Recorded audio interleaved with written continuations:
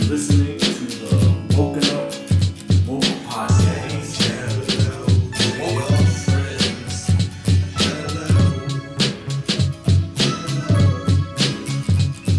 Say hello to your friends. I love you're still drinking Trulies. I love you're still drinking Trulies. That's the best part. They're left over from the wedding. From the correct? wedding. Yeah. They keep. I'm like, you had to run out of those by now. It's been a year. Like, nah. Nope. Well, All welcome, fellas. Welcome to the show. Getting a lot of good feedback for last week's show Did you? From who? from anyone who listened. That one guy. Because you weren't, Ro wasn't shit faced, and so everybody's like, "Wow, that was a great cohesive show." Like, yeah, that's what we're supposed to. Like I like the new black guy you guys got. The last one was terrible. You gotta upgrade them every now and then. You know? Trying out new things. It's a new age. We got a female vice president, woman of color. Ooh, are we gonna? Wow, we're gonna go right into that. All right. Yeah, let's. I mean, can we? Round of applause. It's literally been a day. So might add, it's not official. I think December's. Remember the Al Gore thing didn't play out till December, so there's gonna be court battles, and whatever. But it's it's the inevitable. They're trying to put it off. So The Secret Service is gonna have to drag him out, kicking and screaming. yeah, he's gonna. I'm be nervous hiding about there the for a while. next 2.5 months. Don't. It's gonna play out. It's done it before. It's happened before in history.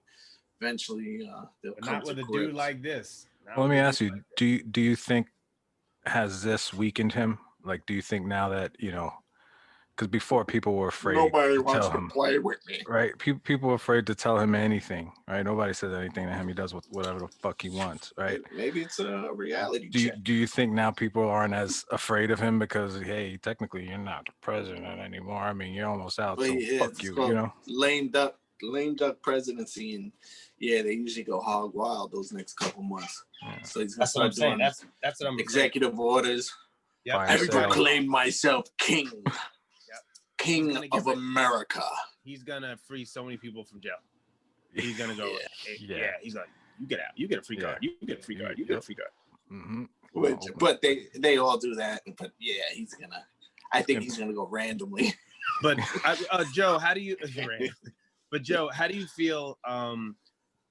So first, I woke up that morning, Saturday. I was supposed to go to my friend's house in Long Island for the weekend. My college roommate, but one of the teachers got COVID in his school, in his kid's school. So he was like, "I don't want to take a risk, man. So don't." And luckily, they found out like 85 people got it. Shit, like, yeah. So anyway, I wind up being home this weekend. So I wake up Saturday, and every day the election's just trying to figure out the counts, like where are we at? Pennsylvania, where are we at with Georgia, where are we at with Nevada, and just like, oh God, already just dragging on. For a minute there, it was like not even moving. I'm just like, what are they doing? Yeah. And then so Saturday, I turn on the TV and I'm like, okay, let me see what's going on. Maybe they're closer, just figure out. Because wouldn't it be crazy if the numbers came back for Trump and everybody just this mood of what 2020 has been? Yeah. Now you're just like, mother. Right. But anyway, I think people were prepared for anything. Yeah. Like with 2020, everybody's like, you know what? I don't. You never know. Anything could happen. But then I turn on the TV and I see them showing footage of cities. Just everybody was happy. So I'm doing laundry. I'm walking out and like I'm in Jersey City and they're banging pots and pans and people are honking. I'm like, and then I look on TV. I see Manhattan is jumping. I'm like, I gotta go to the city. I gotta go to the city. I have to go to the city today. And when I tell you, man, the energy in New York, I can only equate it to a couple other times in my lifetime of being a New Yorker. And that, unfortunately, is post 9/11, Osama bin Laden, and Yankees baseball when we won the World Series. So that is like, and maybe a giant Super Bowl. I'll give you guys a little shout out. Yeah. But the city, in terms of electric, that energy coming together, it didn't matter who you were. Everybody was just happy and dancing and just having a great time. Amazing. And it was 72 degrees in New York. So everybody was like, oh, we gonna get it. Bro, do you remember in the park? Do you remember the time when it was me, you, and I think Skaggs and the Jets beat the Patriots, and it might have been playoffs or it might have been the end of the season. And we were at a bar uptown, and we left there, and the energy was crazy like that too, because I think the Jets beat the Patriots to get in the playoffs. That was to get in Sanchez. the playoffs, yeah, that year. Yeah. That year we. So it was crazy, like people honking in the streets, and like I didn't even know there were that many Jet fans. I was like, really? So They weren't. They were It's honking at the 3 other Jets fans that were in the middle of the street. Funny, Joe. Funny. So, but yeah, so you see a lot of that. So like and we were talking before the show, I think there's like a big collective exhale that you can feel the country doing. Whether it's warranted or not, people are doing it. Everything is based off perception.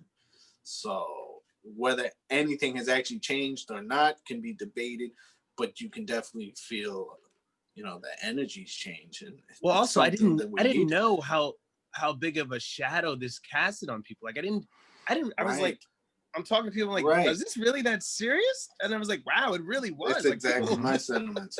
Same thing, because I'm like, you guys heard me talking. I'm like, you get the same thing either way. It's not a big, but yeah, to see that it weighs on that many people. And here's an interesting thing I read about. So they found at least 850,000 ballots that were cast with just Biden checked off for the presidency and nothing out. No Senate votes, in different states. So no other local elections or anything, just Biden. I think the GOP is trying to contest that and say that's fraudulent. But what it really is that people really hated Trump that much that they just went in and said, Biden, boom, and I'm out. That's it. I don't care about anything else. Boom, check. And that's what happened. Fuck Prop 12, fuck Prop 22. Yeah, exactly. I exactly. just want Trump out of there. Well, I'm checking the box for mushrooms and Biden, and that's it. Well, no. Jersey though, they did free But, marijuana. weed. And I don't think Jersey was the only one. Like weed came out on top. This Biden, weed, and Kamala Can we came talk out about Oregon? What's going on? Oregon basically legalized everything. Wait, I hear Oregon's still like, rioting. This has nothing to do with the election. They've just been pissed off about something nobody cares. But didn't Oregon? They're allowing you to have like heroin, like that's what I mean. You can have heroin, you can have meth, you can. No, as long as it's not I'm serious. As long as it's a small, 100%. You can't. As long as it's not anything past distribution, where you can distribute it. It's been decriminalized. It's a $100 fine. Let's say if you get caught with meth, it's a $100 fine.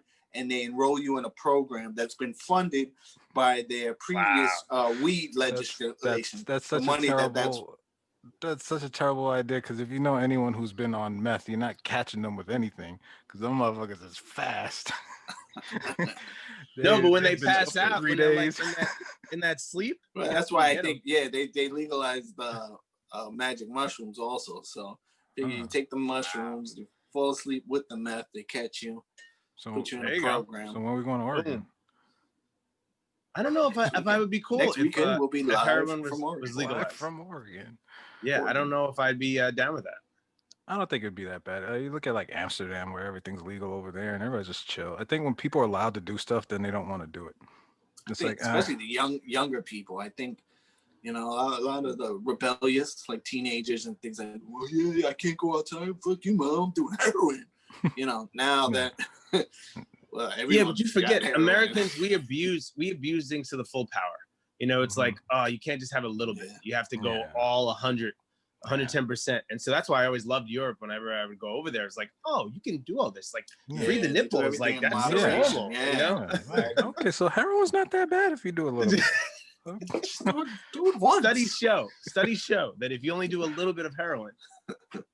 Well, didn't originally MDMA was used to treat like depression and like mental disorders, and then that's what it was designed for. Of it. Then Tone got a hold of it. Wow. Do we have a bomb yet on this show? Can we get a flex bomb, please? There you go.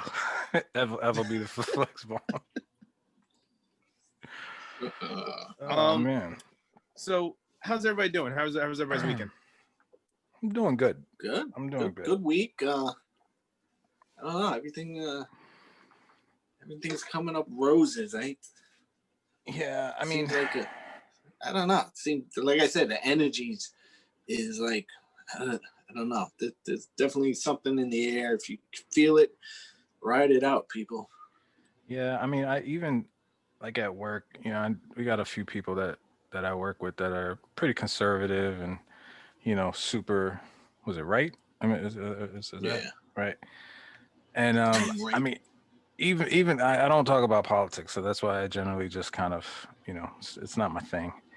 And but even these people that know I don't talk politics and always you know those individuals that are just ready to debate, like they've had this debate in Mm-hmm. their head like 15 times before they've seen you, and they don't even care about what you have to say in return. They just want to get out their point and just whatever. And there's a few people at work that are just after the election are just kind of like, even in them they don't have it, that edge isn't there anymore. It's just kind of like, all right, well, let's talk about something else now. You know what I mean? It's just they're ready. It seems like people are ready to move on to Yeah, just like a lot normalcy. of conservatives I know, same thing. It's like they're like relieved too. Like hopefully, but more so they're like after this is all done, it feels like they don't have to. I don't know, stick up for. I don't know. There's just something like the people were tired. Yeah, He made both sides tired. That's it. And here's my thing. It's draining. It was draining. Yeah, just to it was even- draining. And think about it. Trump. There's two things really. For one, just say deny racism. Racism is bad. That's all you had to do. That was one of the things. You could just say, hey, you know what? Yeah, racism is bad. And I was like, well, but hang on now. but right. So that's Pretty much right what you there. said. And then I'm the other least thing, racist person in the room. The least. The Never least. seen anyone And- less racist than me. yeah, and anyone who says that is racist. We talked about that before. I think if you have to say, "Hey, look, I'm not racist," Yeah, we didn't ask, so that I means you voted are for racist. Obama. So, Oh yeah, that's the best one. I voted for Obama, right? I was like, does that mean you can't be by racist? you saying that is you're racist. So, The new one's gonna be, I voted for Caramel, right? Okay. Yo, so many dudes are hitting me up about Caramel. They're like, yo, player, what's up? she's got the weirdest laugh. Have you seen her laugh? It's like No. it's almost I don't want Is to it a say turn off? phony. Oh. Yeah. To me, I think it's. Well, it's I a don't work laugh, right? Yeah, someone like in that right. power That's has to the be best way to put it. ah, The word yeah, laugh. Yeah. I got you. I don't want to let you know what I really laugh at. Yeah, so. it's probably got Yeah, like it's like, snorts and honks in it. yeah. yeah, exactly. Yeah. And then the other thing about Trump was like, just stop talking about yourself. That's God. what killed a lot of people for him. They would try to defend him and say, but everything is me. I did this. I'm the best at this. I'm the best at that.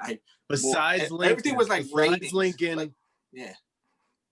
I'm the maybe best. Lincoln. Maybe Lincoln's better than me. Nobody else Besides has that, watched nobody- me more than. He kept talking like he was on The Apprentice. Everything was ratings. Yeah. Yeah. My press conference had more viewers than better than this channel. Like, bro, they're supposed to watch you. If I could interview one person in the White House, it would be Trump's speechwriter. That person must have so much time on their hand. Like, I wonder what the percentage of the speeches he actually read, and the rest was just him Just freestyling. ad-lib. Like, they're probably like, you know what, fuck Ad-lib it. to everything. I could give him a Dr. Seuss fucking book right now. And he's just gonna Speech, read. I want to know the briefing people, like who's briefing him every day. Because you would read some articles where like if it wasn't in like a video form, he wasn't gonna read it. He was not going to read it. So you had to put little skits together and show him. Draw pictures. Hey, look at this picture. This is you. Well, where am I? Where am I? It's kind of like everything was bad. about him. Racism bad. No, Say it but again. it reminds That's me of probably what they showed Zoolander. him when he messed it up. I think it's like Zoolander, right? When he's showing him the small model, he's like, where do the people go? Yeah. It's like, this is a building for ants? This is a building for ants. Exactly. That's the perfect description of the Trump presidency. So I was thinking, I don't know why I was thinking that this weekend. I was really drunk last night, so that's why I'm sober today. But Thank you. I had a question for the group. Welcome. Oh, nice. Oh boy, let me see. Has anybody in the group been propositioned by the same sex?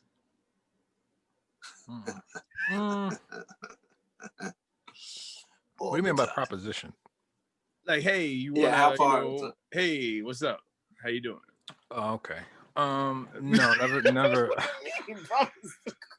Hi, Well, sir. I Would you mean, like me to like, take your you know, coat for you. What do you mean? pull. I mean, like proposition, like pulled up, like, hey, buddy, want to Can I party, push you in your stool? Yeah. or just like ask me out on a date. You know, Okay. there's levels to this. I could see that. Joe, Well, 100%, because I'm thinking of a particular time, and I think and we can't say it on air Yeah, because we it would can't. out someone, Yeah, but yeah, it was yeah. a celebrity. It was a celebrity. Yeah, Yes, we can yes, I talk have offline, and that Yeah. was 100%. It wasn't necessarily a proposition as it was more of a cat call. You know what I mean? was this where we're going. was this bald head Joe?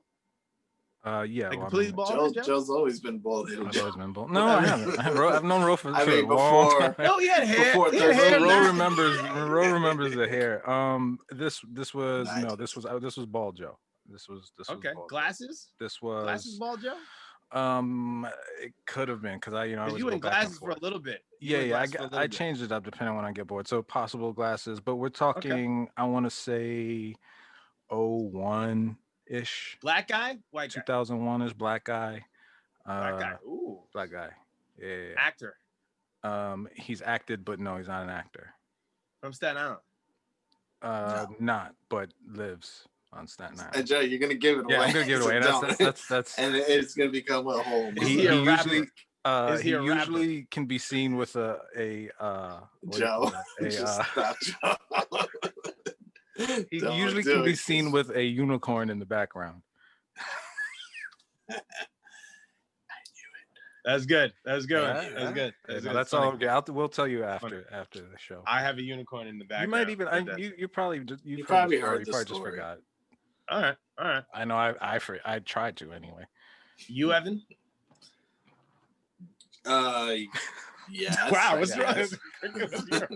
I'm trying to think of what this several times. He asked if you were Somebody asked me proposition, about not if the- you said yes. Oh, I'm sorry. I misunderstood the question. Yes, then yes. I had a girl ask me about gay for pay. That was like a thing a few years back. I don't know where it came out. It was like, I don't know if it was like on Oprah or something like that. And then somebody asked me about that. Was it an app And or it was something? like- Or? No, it was on one of those talk shows, and they were talking about guys who were straight but would go gay for pay, to make money on the side. And Damn. but I could think of two. I could think of two instances. The first one wasn't really like a proposition, but the bar that we go to downtown at the Seaport Row.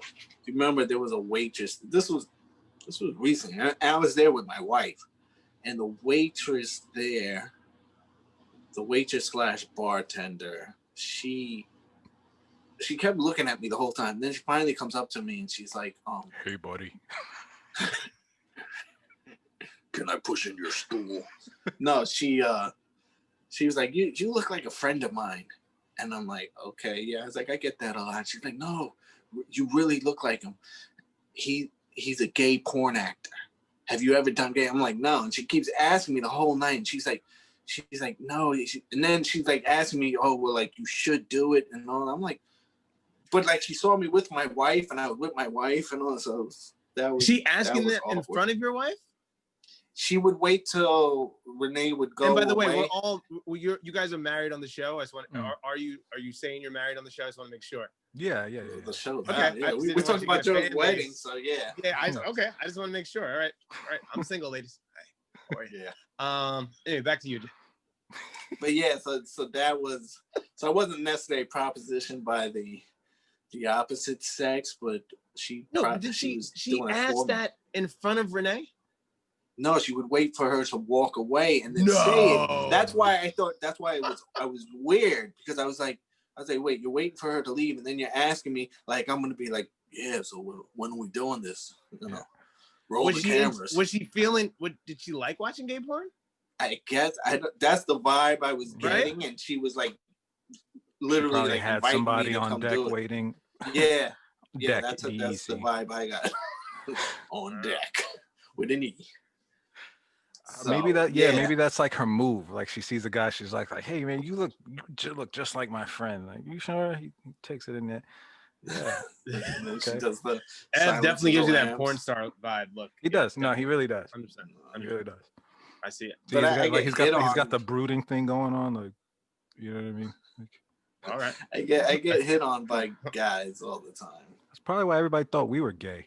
Like, we hang out Yeah. all the time. It's because like he looks gay, and then I look like a bear, and it's just You're a cub. You're a cub, Jeff. yeah. You're a cub. You're not a bear. You're a Sure, cub. yeah, you're right. I don't have enough And chest hair. Yeah. So need more taco meat. There was one time, Joe. I don't know if you remember. I'm pretty sure it was you. We went to the Gansevoort Hotel, and we were there, and there was a couple that was like looking at me like fresh meat. It was like an older European guy and a young black model. I think she had short hair, and I mean they were literally like it was laying uncomfortable. back on the line. Yeah, and they were just I even like, felt uncomfortable. I was like, damn, bro, they I think they're gonna rape you. yeah, Because you know how at me, and then they is. kept doing this with the drinks. Like, Yeah, and like like- the seating is really close. Like they got that little kind of area where they have the little ottomans and sofas, and when it's crowded, it could get a little tight. And we were all sitting in like this little section. I'm sandwiched in between this guy, his wife, and Evan, giving them the look, and they just couldn't resist. They're like, "Hey, you ever do gay porn? Because you look like this guy." I still think I'm in a gay porn magazine somewhere. Remember that Prague magazine? The guy was like, "Can I take pictures of you?" I was going home. Yeah. I was coming home from work as well. I worked at FedEx, and it was like in the summer, and I'm just sitting on the ferry, like half asleep. It was like afternoon, 12, 1 o'clock, like early day. And this guy was kind of sitting across, but not, a little further down in the same aisle. And then he just came over to me, and he was like, he's like, "Excuse me, do you mind if I take a picture of you?" I don't know. He told me some story that he works for some magazine in Prague, and he does just like lifestyle stuff and whatever. I was like, yeah, fine. But he's like, don't, just act natural. And he took a picture of me. And then afterwards, I was thinking, I was like, you know what? I really don't know where the fuck that picture is going. For all I know, he just superimposed my head on a bunch of naked gay dudes, and I'm like some famous gay porn star in Prague and making millions. I don't even know it. I'm gonna go out there one time and just People There's Joe. It's him. Joe. It's the cub. was that a Prague accent? Yeah, That was awful. That was awful. I don't know. Both of you. I don't know Prague. Das But Club. Joe did it like a child. Yeah. I think it's called Das Club. I did tattoo. Yeah, but I think they pronounce Das Club. Das Club. Prague is Prague. You went to Prague, bro, right? I did not go to Prague, but I was No, in you went the area. to. I went to Germany, and I went to What was the last one you went to? That city? where Arnold's Czech from. Austria. Austria. Yeah. Vienna? How was that? Vienna. I was in Vienna. Vienna. That's how I mix it up. No, Prague is, but, I think, Great sausages. Czech. It was actually really nice, man. I was told to go there in the summer. It's even better, but winter was it was beautiful. Really nice. Yeah. People were nice, and a lot of people speak English there. So I was like, ooh, I could do this. Okay, Ro, since we're on this topic, real quick, you've traveled a bunch of places over the years. What's a place that you really enjoyed, but maybe people wouldn't expect it? Like, not like the hobby, like Hawaii or something like that. What's like maybe some place that you're like, man, I really enjoyed this place, and people would be like, really? If there was one. I mean, you've been to Ireland. I don't think there is one. I think I only go to those places because I would like, because I wanted to go to those places. Mm-hmm. Although Iceland is weird because unless you're like a hiker and want to see nature and stuff like that, it's not attractive. It's not sexy at all. I got like it looks like an idea of Mars, but the Blue Lagoon where the hot springs are and stuff like that's worth the trip in its own.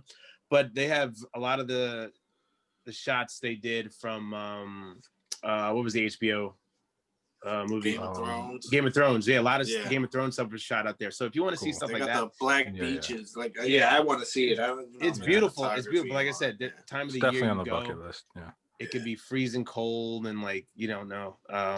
But a lot of I would say Denmark is one of my favorite places. But I've never been there single. So I don't know. I don't know how good Denmark could be even better. Yeah. But it was beautiful, and the summer's the best because it gets dark at like 11:30, and the sun comes back up. Yeah, sun comes back up around like 4. So you're just like, what the fuck is going on? Power nap. That's Get like back at it. that is literally me every day. When you work graveyard, that's pretty much how your hours are. And the food is nice. Back? People are nice. So Ro, have you ever been propositioned? Oh yeah. Are you late? Are you late on your rent? Is that why you're bringing this up? Yeah. Listen, times are rough out here, man. You trying to see if someone else will take take one for you. Sell a watch. You know, you just trying to make ends meet. But this is so I was thinking about this the other day, and I used to live in LA, and there was a gay bar that we used to go to called the Abbey on Sundays. And this gay bar was weird in so many good ways because it was a gay bar, but a lot of straight girls went there and hung out because they didn't like guys hitting on them. So we would go hang out there with my boys and like have a blast, like the best time ever. Because women were just cool and they're like, you're straight. I was like, yes, I am. Hi, how are you? Mm-hmm. They just felt the energy, but they were cool because, you know, we were cool being there. So if you're comfortable being around gay men and gay people, and then you're hanging out and they're hanging out, it's just a whole different environment and a good time. So anyway, one night I'm there. I think we took some edibles before I went out or something. So I'm like bugging my face off. And this girl comes up, I'm just talking to her, and we're talking like for like 10, 15 minutes, and some guy comes over. He's like, oh, this is my husband. I'm like, oh, shit. I'm like, oh, I'm sorry. I didn't know. Anyway, nice to meet you, brother. Your wife is beautiful. They're like newlyweds, really young, like 25, 26, something like that. And so they just got married in Vegas. And they were like, hey, you know, I have a question for you. I'm like, okay, what's up? It's like, so, and mind you, now I'm tripping my face off right now. I'm just like, blah, blah. And they're like, so, I'm feeling you. I was like, oh, okay, but you have a husband. She goes, yeah. So here's the proposition. So you can have sex with me, and my husband has sex with you, or you can have sex with my husband as he's having sex with me. And so I was this is how drunk I am. I'm thinking about like I'm so weak. I'm just like that doesn't feel good. And I was like, no, I'm not gonna like that either. You were thinking of all the combinations. Yeah, I'm just thinking, how can I do this where I just have sex with her? Yeah. And then I'm like, is there any other option? Keep going. Can you keep going down the menu? Because she goes, no, that's it. Either that one or that one. I'm just like, God. And I was like, thank you so much. I did think it over. I thought about both, and I was like, yeah, neither one of those are fun for me. But I appreciate it, and you have a good night now. Thank you.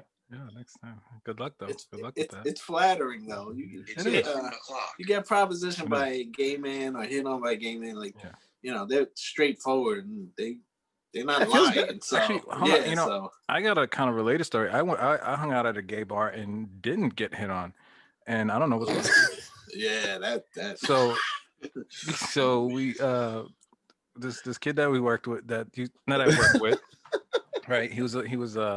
He got promoted, and so we were gonna celebrate. So he's like, yeah, like, would you guys be down to hang out at a gay bar? So, you know, me and Eric, one of them, he worked with me at the time, and 2 other of our friends were like, yeah, sure, like, fuck it, we don't care. We're you know, secure in our man, exactly, right? So at some point in the night, and this is in the Castro, which is a like, I mean, you know, the gay capital of America, and some point in the night, everybody backed out, but didn't tell me. They didn't put me onto it. So when Right. So now and let me back up. I should add that we all work graveyard and we were gonna go in the morning. It's a bar that opens at 6 o'clock in the morning. And it's After called hour spot. yeah, and it's called the Mix at 6. It opens early, but it doesn't serve, I think, until 10. So everybody backs out and come 7 o'clock in the morning. I'm like, all right, ready to go. And Eric's like, yeah, my wife called, we gotta go do something. I'm like, all right, you whack. This kid Nick is like, oh yeah, I got schoolwork, and son of a bitch. So they all backed out. So now it's just me and Tim, and he's giving me like the puppy dog eyes, like, you gonna back out too? And I'm just like, nah, let's go. So now in my head, I'm like expecting the worst. I'm like, I'm gonna walk in, I'm thinking assless chaps everywhere, and like, 6 a.m. Listen, I've never really been to a gay bar, so so I get there. Too early for us chaps. Yeah, Joe. it was, and we got there, and lo and behold, it was a normal ass bar, right?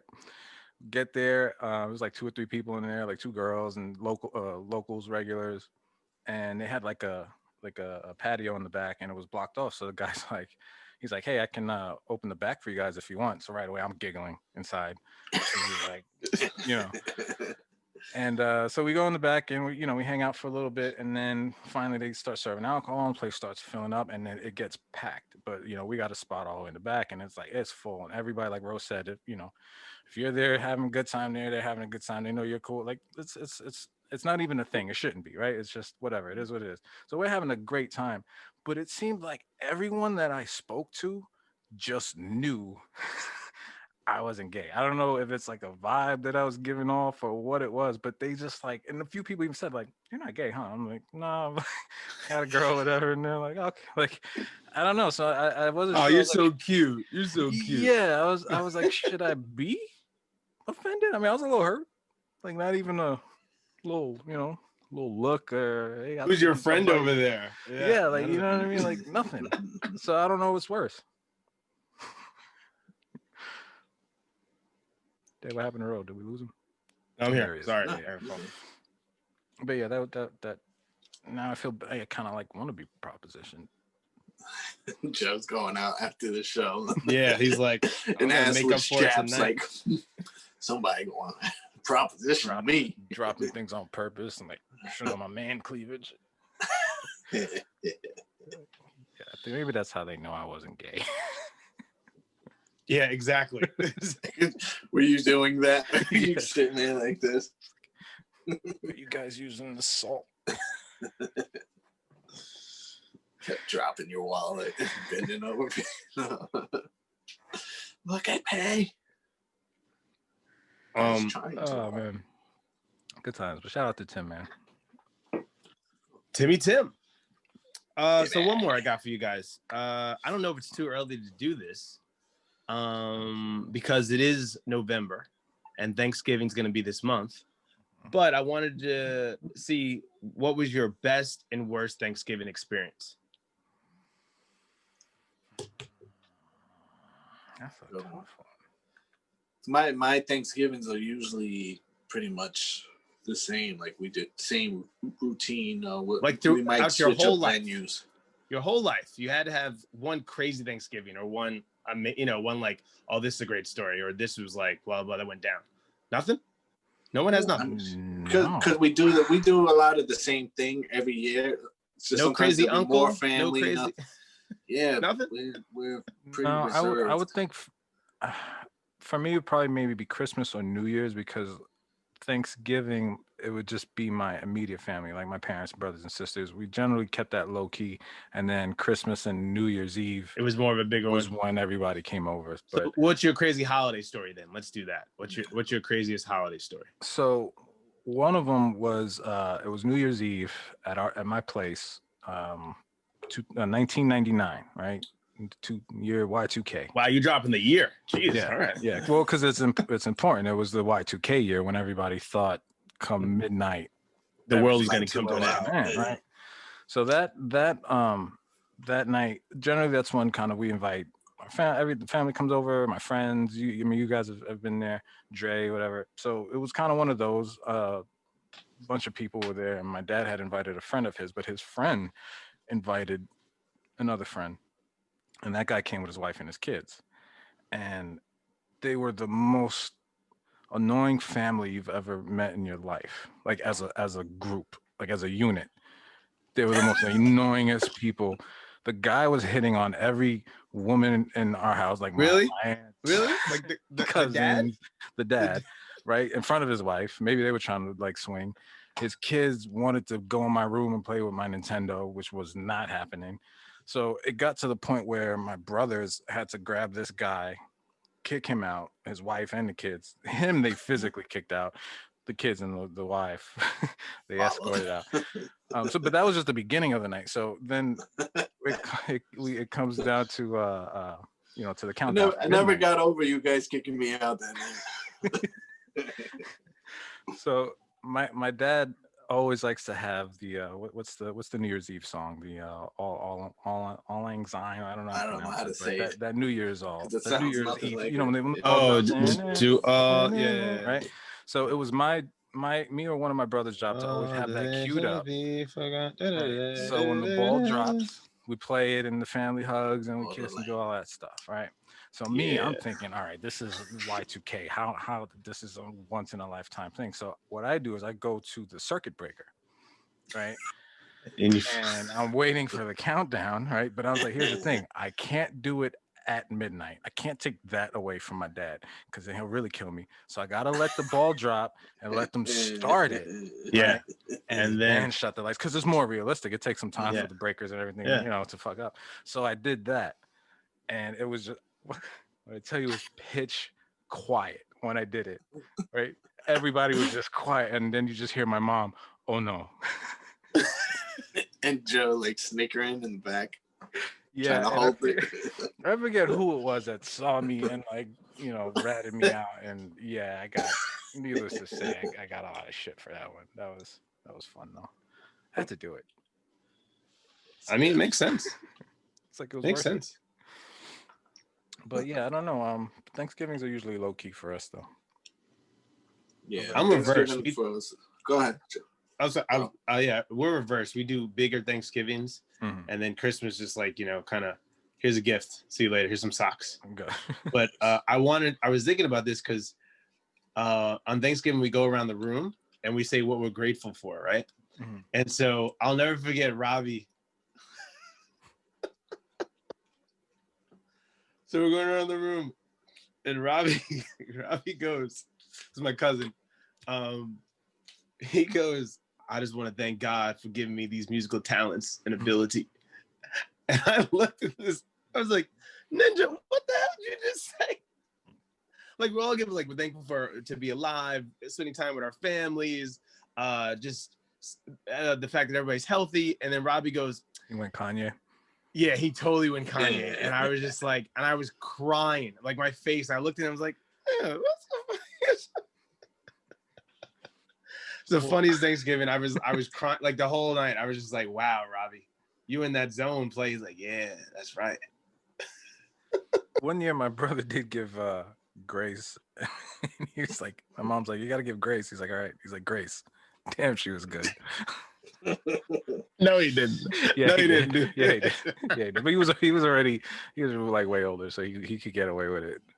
Did anybody laugh, or it was just like? No, I mean, I busted out laughing. My mom and my dad didn't find it too funny, but I'm an easy turn. You'll get a laugh out of me in the most. Oh, yeah. And sorry, I'll do one quick okay. one. We used to go to my cousin's house in Jersey, and so she'd have like 30 people over. And Adam, everybody's met Adam, one of my boys. He came over with Rose, his wife now, and they have 2 kids and everything, for Thanksgiving. And so Adam, he just loves to be around people and family and stuff like that because his dad lives in Israel and his mom passed away. So if he can be around people, he just loves that. So he's a big family guy. So he's going to cut the cake, right? And we're like, oh yeah, Adam. So, whew. If you've ever been a white dude, right? White Jewish guy. So he's coming over to a black Thanksgiving. Now, there are certain things you can't mess up at a black Thanksgiving. So Adam goes to cut the cake. And when I tell you, it looked like a chainsaw went into the cake. Like, you should have seen my whole family's face. Like, everybody's like, who did this? Who did this? And if it wasn't for Rose that saved him, it was like, I know he messed up, but that's my baby. And she gave him a hug. And then everybody's like, oh, yes, Hercules. Nice. But for 5 minutes, they all look like, that's your friend? Like that's your friend. You had one job. Would he use the dull side of the knife? It was one of the jagged ones, but he was hand. just like blah blah. I'm like, yo, who taught you how to? Mind you, this man didn't know to wash below his knees. He would take showers and you think like, well, so technically the water like goes all the way down, right? So I don't have to wash below my knees. No, and I'm like, that's dirty water. Sorry to blow his spot up like that. Adam, but he had hilarious. He had to learn. He had to learn how to wash below his knees. He had to learn that. I still, and I mean, we won't mention it here, but I still remember his idea for a bachelor party.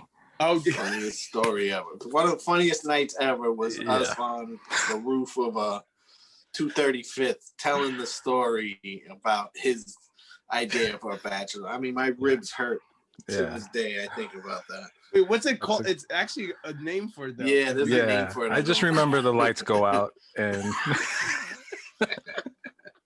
it gets complicated from there. I was like, because the worst part when you tell that story, you look at him like, wait, what? I mean, when he's there to add to it, because then he's like tries to bolster support for it. No, he's like hear me out. No, right. Bro, you're gonna love it. Trust me, you're gonna love it. I gotta tell you why this is a good idea. You're gonna be on board. Because maybe you're not hearing me. And then he goes into everything why it's not a good idea. So there's just a blue light swinging, and yeah, man, you never know. And everybody's filthy from the knees down.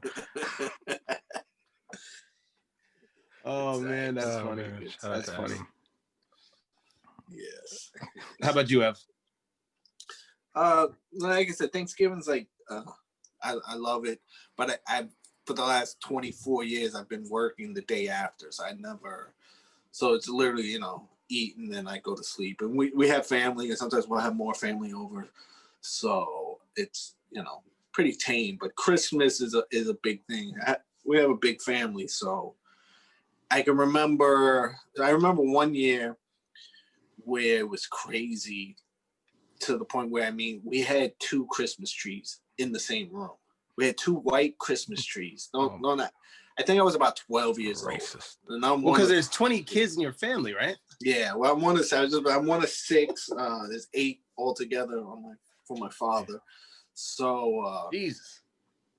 Yeah, I don't know if my dad must have robbed a bank or something that year, but we were balling. And your dad works at a hotel, right? He used to work at a hotel. Probably missing a tree in the lobby. It was, but yeah, we had 2 Christmas trees, and we had, there was just tons of gifts under there. We would literally open a present, every day leading up to Christmas, because there were so many. We'd beg my mom, can we open an early one? And she'd be like, all right, go ahead. And then we had, so that Christmas night was crazy. So we open our gifts on Christmas Eve. That's never the intention, but my parents would cave in. Mm-hmm. There'd be some days we'd go to mass, midnight mass, mm-hmm. and then come back, and then technically it's Christmas, or we would do it on Christmas Eve. So it was always at night. So that night we opened up all the gifts, and it's just madness, and everybody, between 6 kids had 100 gifts, so it was great. And we went to sleep, and then we heard sleigh bells in the night. Literally heard them, and everybody heard it. To this day, you ask any of my siblings, they all heard it. Came downstairs, nothing. We went down to the basement of our house, and there were more gifts. Wow. And we were like, oh, Santa really did come. And I never forget, I got a puppet of Kermit the Frog. It was just like that. I was like, well, I don't know why I remember that, but I remember that was my Santa gift, a gift from Kermit the Frog. Yeah. And then my aunt years came of Kermit over. had lipstick on him. Yeah. Oh yeah. It's not easy being green. Why is his puppet so stiff? Hi, Evan. I miss him. But said, yeah, then "Hi, my aunt came over with my cousins, and they brought over gifts, and we have video. We have all of this is on video, mind you. We have the Christmas trees singing carols, and then my aunt coming over the next day, and she's giving us gifts. And my little brother Wes got a Giants uniform. Really? Yeah, he got a Giants, like a replica uniform, but it was like a good one. So they made him go put it on, and then he comes on, and then like on the video, we're like, "Go Giants, go! Go Giants, go!" My cousins, they're like really Spanish. My cousin thinks they're saying, "Go Johnny, go! Go Johnny, go!" So now everybody's going, "Go Johnny, go!" Nobody's named Johnny. They're just going, "Go Johnny, go! Go Johnny, go!" That's funny. But the reason I bring that up, because like the next Christmas or the year after, like we were broke, we were poor, and there was because you spent so much money on the. Now that I go two back trees. on it, we How much two trees were back then? But we had no heat, and I remember we had no heat in the house. Like we couldn't pay the gas and all that, and so that was a rough one. You know, like the gifts. I guess maybe, you know, in hindsight, compared to that one, everything was a letdown. But I just remember the contrast, like, and thinking like, "Oh, we're poor. Now I know we're poor," and all that. It was crazy. So melodramatic. Yeah, we're poor. Highs and lows. Highs and lows. While you're playing with They your make guitar. you what you are. That's true. You appreciate the little things. Appreciate the little things. That is for sure. That's why I'm drinking champagne tonight. So Oh, really? There's a party over there? celebration. I'm so sober right now. It feels amazing. Really? I was hurting. I didn't wake up till 1 o'clock today, this afternoon. What were you drinking? White Claw. Whoa. Do you like White Claw better than Truly? I like Truly better, but there's more sugar in Truly.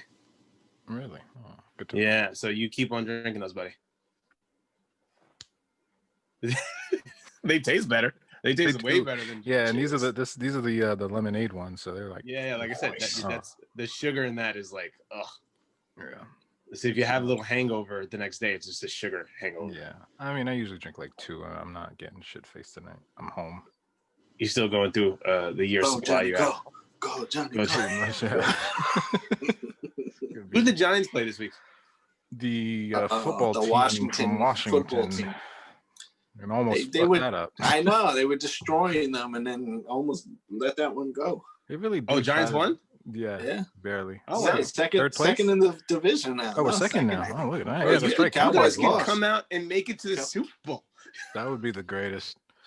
or at least playoffs in your division. If we made it to the playoffs, I'd be happier than picking shit. Anything. Yeah. Your division is awful. It's terrible. It's awful. Terrible. Awful. And we're only in third because the Eagles had a bye. Yeah, yeah. They probably would have found a way. Second. They're tied with third. I'm sorry, second. Dallas is done. Dallas. Because You Dallas see, my lost. mouth can't even form the word second. Right. It's like third. It's Third. crazy. Yeah, they're gonna Yeah, do I it. don't want Man. to talk about it. But there are, I see bright spots with the team. I don't want to go off a tangent, but Mhm. offensive line gets better every week. Mhm. So, Some of those games were close ones.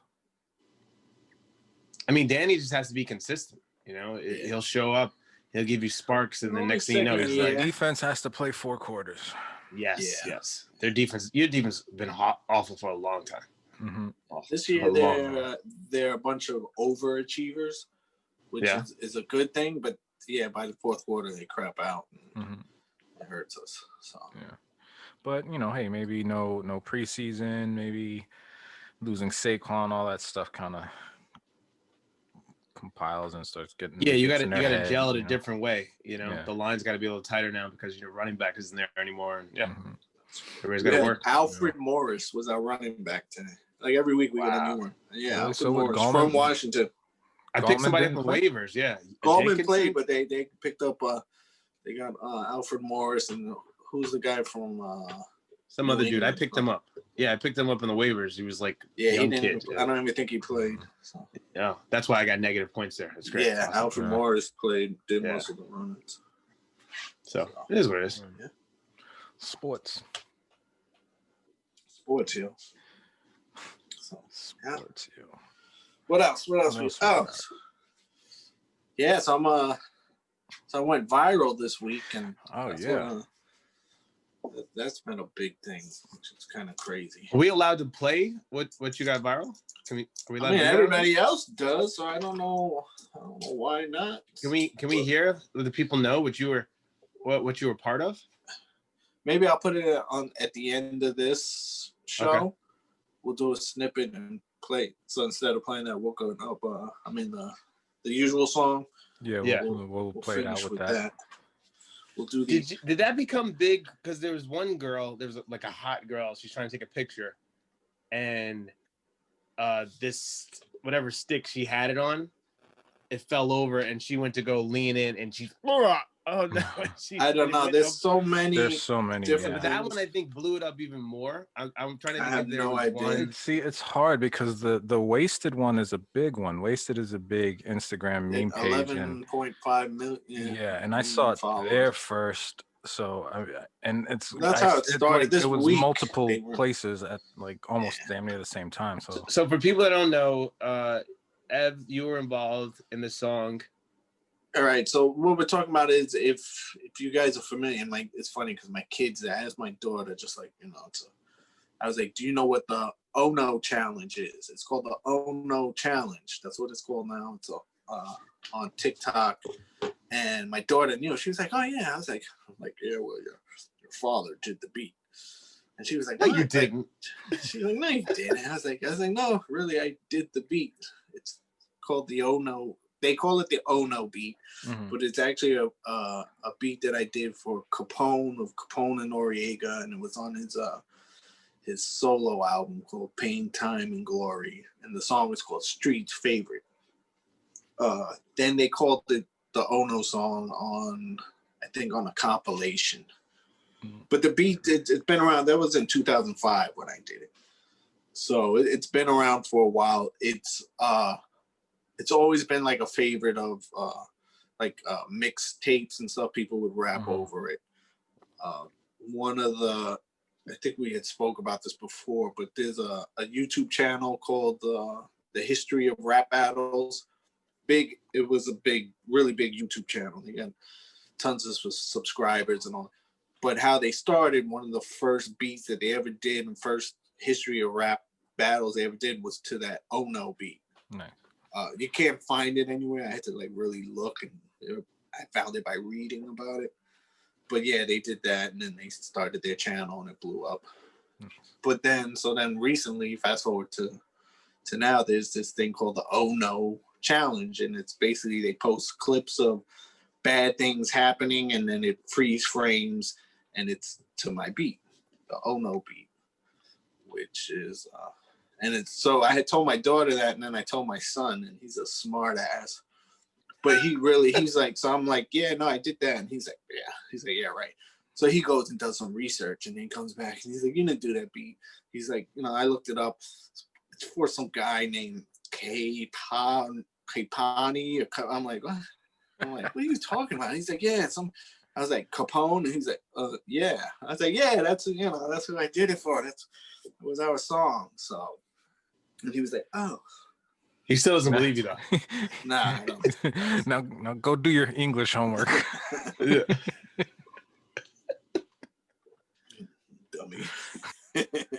So how does it feel to go viral but not really go viral? In terms of like, you're not getting the recognition yet, but it's something you had a part of is taking off. Yeah, it's twofold. So one of the things, the first thing is that I know I did it, and I know I made the song, and I think we'll talk about that because Joe was there from conception to fruition, from the day I conceived the idea of doing the track, and then to what it became to now.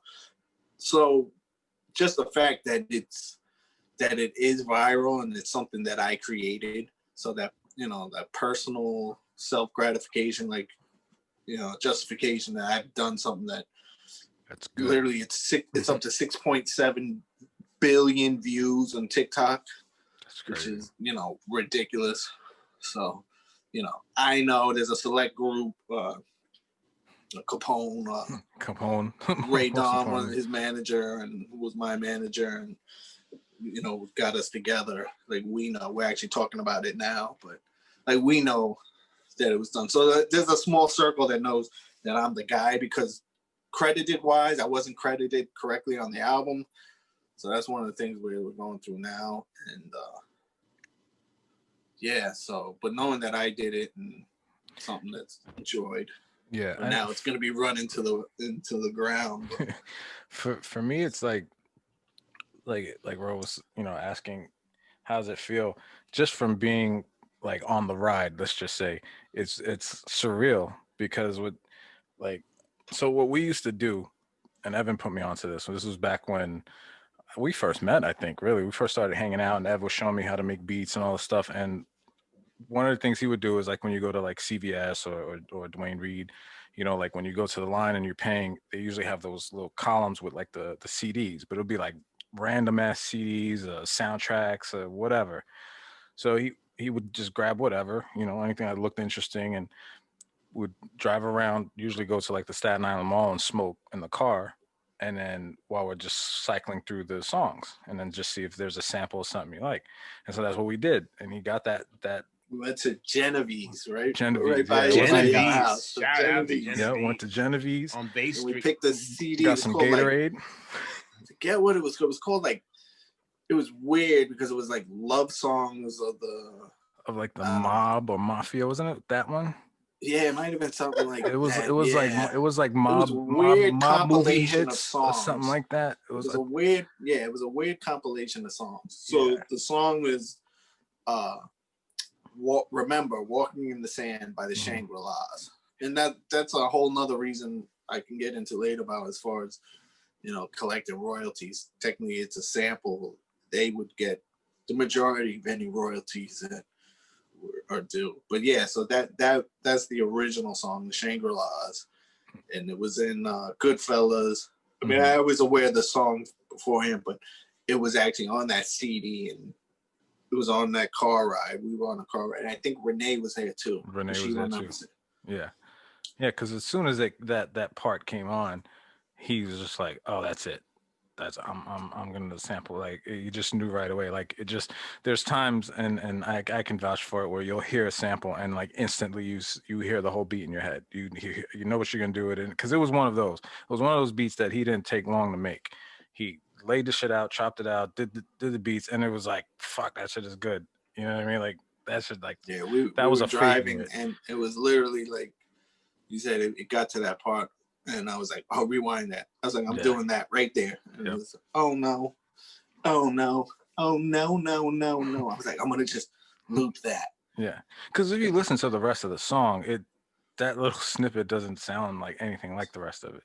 Yeah, it's Yeah. just a small break in the song. Yeah, I remember that song. I was like, I was like, interesting. That one little part is so big, but that's huge because it even shows more to your skill set, right? And what you were able to do. That like everybody's like, forget the rest of the song, just that one part. That's all we need. Because it's a huge song in its own right, and people been at that point have been sampling for years. So for no one to have picked it, because I mean, how many times have we made beats, and then a few months later, a song comes on the radio and somebody used your beat, and it's like, fuck, like one of the first beats that I was proud of, fucking one of Drake's first songs was literally damn near the same fucking beat, and I was like, all right, well there went that. You know what I mean? It makes you feel good because you feel like, okay, I'm kind of going in the right direction. I'm hearing what other people hear, but it's kind of a little disheartening too because it's like, well, damn, somebody beat me. It's great, crazy that you said it because same thing. I did a beat to a Delphonic sample, "In the Rain." There's a song they did "In the Rain," and I took the whole intro and all that, and I did it with some kids that I knew growing up. And it became like a hood hit. Like they played it in the projects and all that. So everybody knew about the song. I forgot what the name of the song was that we did. And then I'll never forget there was a spot called, I think it was called the Pit Stop on Broad Street in Stapleton. It was like a little arcade. And it was basically a front. But so we're in there hanging out and Biggie's the Life After Death album came out. And somebody had told me, somebody texted, I forget, I think I had a two-way page. Somebody texted me and was like, yo, It was like, you did a beat for Biggie? So I'm like, no. So I hadn't heard the album yet. So I go down there and they're like, no. So we played it. They had like a jukebox or something. They had the CD on there. They played, I can't remember the song on the album, but it's the same sample. Oh, Somebody's Gotta Die. Oh. That beat. So it's the same sample. So they play that, and I was like, oh shit. And then I'm trying to explain. I was like, no, that's a sample. And everybody's looking at me like side-eyed, like, nah, yeah, you took our song and you sold it to Puffy. That's what they're literally saying. I'm like, really? No, I didn't. I was like, it's a sample. You know, anybody could have sampled it. My favorite instance where that happened was, do you remember Best of Both Worlds with R. Kelly and Jay-Z? Yeah. Yeah. All right, so they had that song. Was it the Honey? Baby, I can't figure it out. Yeah. Right, they remade that, right? And they did this beat to it. So at that time, this was when Ev was heavy in the studio, and this was when I was really learning. So I would work. This is when I was working at Zebra. I would leave there, and we'd go to Block's house, and where the fuck did he live? Over in Winter. And I would just sit there and watch, and observe, watch them play. And then at the end of the sessions, they just Ev would let me mess around with the keyboard and stuff. So anyway, this was the routine for like that whole summer. And I went over there, and they had been home working on something. And I walk in, and it's the "Baby, I can't figure it out." They did the same fucking song, right? So I'm like, okay, but at first it was just a beat, and I was like, oh, okay, that's that Jay-Z and R. Kelly shit. And they're like, what? I'm like, yeah, Jay-Z and R. Kelly. They did it. They're like, what? Like they hadn't heard it yet. I mean, I forget how we looked it up, or they heard it, and it was just like damn it, like we literally like 3-4 hours of work. Yeah, just did a whole thing. Wrote a song to it because it was for we had a singer named Melody, and we had the whole song for it. We're like, yeah. And then he was like, yeah, that's a Jay-Z R. Kelly song. We're like, what? Just like, fuck out of here, Joe. Go home. Threw that shit out. It's crazy when you put so much effort into something, you do all the research, you do the work, and then you're like, damn it. It happens. One of the first songs I ever had, Fugees, when they first came out, they did there's a remix called the Ooh La La remix. So that song. Yeah, and the remix, I think it was to a Quincy Jones sample, but it was a sample that I used and I did it. And I was like, another one, I was like, yeah, this is going to be big. I'm going to do it. And then heard it, was like, fuck. Somebody said the same thing. They were like, you sold the beat? I'm like, no. I was like, I ain't really even played it for anybody yet. Yeah. A couple people heard it and they were like, nah, that's, and I was like, fuck. I was like mad about that one. Because I don't know if I had started shopping music at all. So I was like, damn, did I shop this? And somebody just took it, which is something that goes on. Like you may shop something, especially when you're dealing with samples. So if you sample something and it's, shop, like even though Ono, like, that's a pretty. Explain what you mean by sample. shopped. So when you start playing, once you start playing beats for artists, or if you get to the level where you're playing them for record labels, you'll get with, let's say, an A&R for a record label, and you play them music, and they'll say, oh, this is good for this artist that they have, or whatever the case may be. And then you're hoping they'll buy your beat, which would be they'll give you a payment for the actual beat, and then you work out a royalty deal. So and those vary. Now, do you think it's still done like this, or with the? I don't know. Yeah, right. That's why it's great, because everything now is about streams, and the deals are different. And I'm actually learning a lot. Like I'm getting a crash course because of what happened with this Ono beat, and us chasing the bag, royalty, and the publishing. Yeah, because now with the internet, you have so many independent artists. You don't have, with the exception of big names, you don't have artists getting deals like they used to get from record labels. You don't even see A&Rs like that. They don't put the time into artist development. They just search online and look for someone who has the package and the followers, and then they just grab it, capitalize on it, push it out there, and water it down and take all their money, which is great. But so that's why I'm interested in how to do it now. What's a good way to shop music now in this day and age. And I think part of what we were talking doing about it on your own. and Doing that it on your website. own, and then so that's I'm glad you brought that up, because that's what I'm trying to do now. It's funny because basically I was retired from making beats. There's a few reasons why.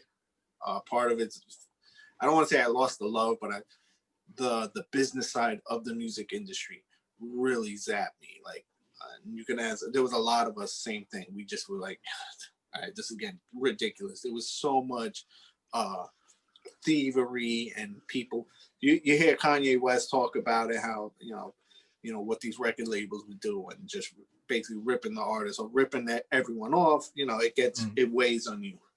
So, and we should especially say, just to be fair, not just in rap music. This has been going on for decades. Even and the Shangri-Las, like, I looked this up, they don't get any of those royalties.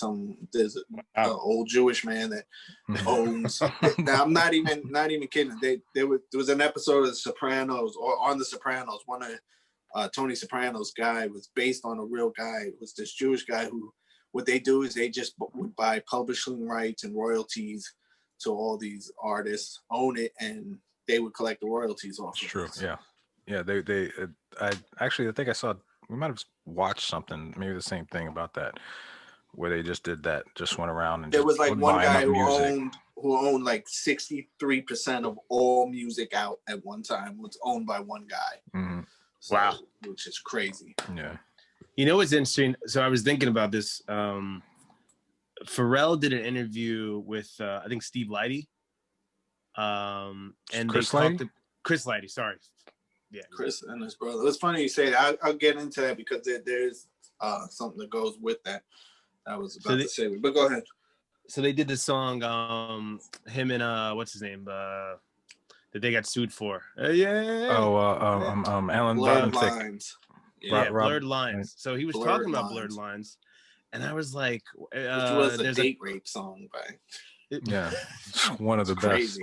I might add. No, they all admit to it. They're like, I don't know why we did that. Yeah, it's number 2 next to Baby It's Cold Outside. But touche. Yes, Baby It's Cold Outside. You cannot hear it on the radio anymore. That's crazy. Isn't that crazy? That's crazy. Anyway, so he was talking about how it's a totally different song. And it was interesting to hear him. He's like, I meant no fault at all to like rip a beat and take it. But Marvin Gaye's family estate, they won the lawsuit.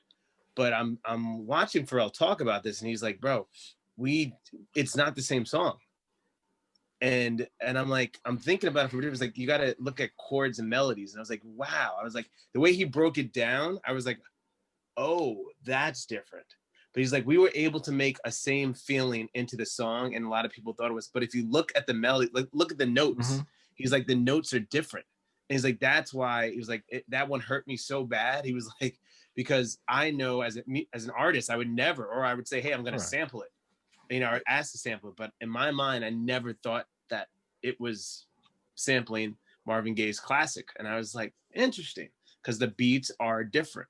And so my point is to you, Ev, when you're doing that, like, does that factor in a lot? You're thinking about that same beat because you're afraid someone's going to say, oh, you're taking that from that, or no, you're just going with the flow and just, this is how it is.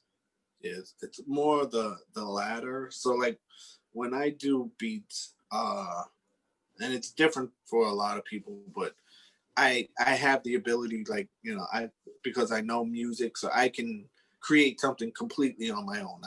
I can do something by myself, just come up with anything, and it's my creation.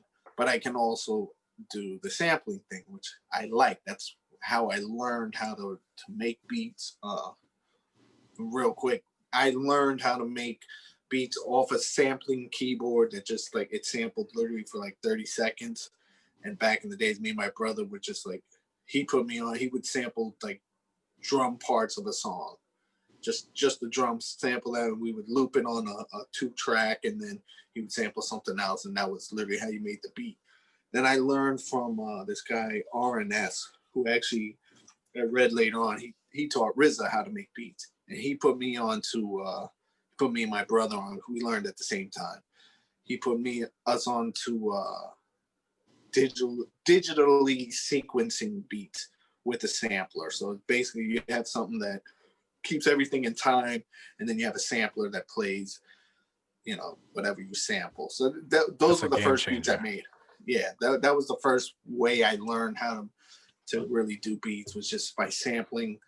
It's called phrase sampling little parts of songs, and then, you know, looping it and making your own. That's pretty much how hip hop started. You know, they used to do it with turntables, and then just taking a little break beats and then taking another part of the song, and then that was how you made a beat. So do you feel the beat makes the artist, or can an artist make the beat better? Either way, it goes two ways. Both. I think it's 50-50. You say it's split. It's an even no, split. I think it's not that it's an even split, but you'll have cases where the beat makes the song, and then you'll have other cases where the beat's not that great, but the artist completely makes it, you know, a song. I don't think they don't exist without each other, you know, because you can have a dope beat, but without somebody singing or rapping on it, it's just a dope beat. And someone can easily ruin a dope beat with bad rapping or singing. So it has there has to be a cohesiveness, and some, because there's been times where you listen to a lot of the good songs now. The beats aren't always necessarily the most intricate, great sounding beats, you know, but the person used, or the combination of the artist, the producer, the engineer, where they use the artist's voice and lyrics just as another component, another sound to the song, and it's just another piece that makes up the whole puzzle. So sometimes, like I've said, the beat is more what drives the song, and another time it can just be, you know, someone who's got ridiculous lyrics. How many bangs are just like a simple beat, but somebody's just fucking got bars and they're just blowing your mind. You gotta bring it back. Wait, what he said, you know? So I think they go hand in hand. But so going back to what we were talking about, as far as me like falling out of love with the game or the industry of it. So as I grew more in it and started doing, you know, a lot of things professionally. So that Oh No beat was one of the last, I don't know if it was, or one of the last beats that I ever sold, like, professionally in the industry. And then because what had happened with that was, so we were talking about the Lighty, Chris Lighty, he had a management company called Violator Management, which then became part of Def Jam. And shout out to Chris Lighty, rest in peace. Which, by the way, they both lived over by you guys. They lived, by William Street. Lived over there. I don't know if they were Chris from Lighty, Staten Island. Yeah, both. There was two brothers. I don't know if they were from there or if they ended up buying something out there. But yeah, at one point they were living over there. But anyway, so he started Violator, which was a huge towards the end of his life. He had like Busta Rhymes, Method Man, DMX. So one of the last people. A lot of people on Violator. But it was everybody like big in music at the time, like big in rap, hip hop music. They were part of Violator. It was big too. They was like almost married with Def Jam, so it was a big deal. One of the last groups in was Capone and Noriega. Nori had blown up, and then Lighty was like, well, you know, I want to take on management. And he was one of the biggest managers in the industry. So he took on both of them, and they were working out a deal with Def Jam. And they were going to do a Capone and Noriega album. And on this album, the Oh No beat to the song I did with Capone was going to be Capone's solo song on that album. So it was going to be a big deal. And Kevin Lyles of Def Jam had a check cut for like $25,000 for that song. It was like, and I was like, wow, this is it. I made it. You know, this is going to be my big thing. Literally that weekend, Leor Cohen sold his part of Def Jam, took Kevin Lyles with him, and they brought in L.A. Reid. later that week, L.A. Reid comes in and he cleaned house. He was like, no more hip hop at Def Jam. Basically, he kept 3 people: Jay-Z, Rick Ross, who had just came on, and Ghostface.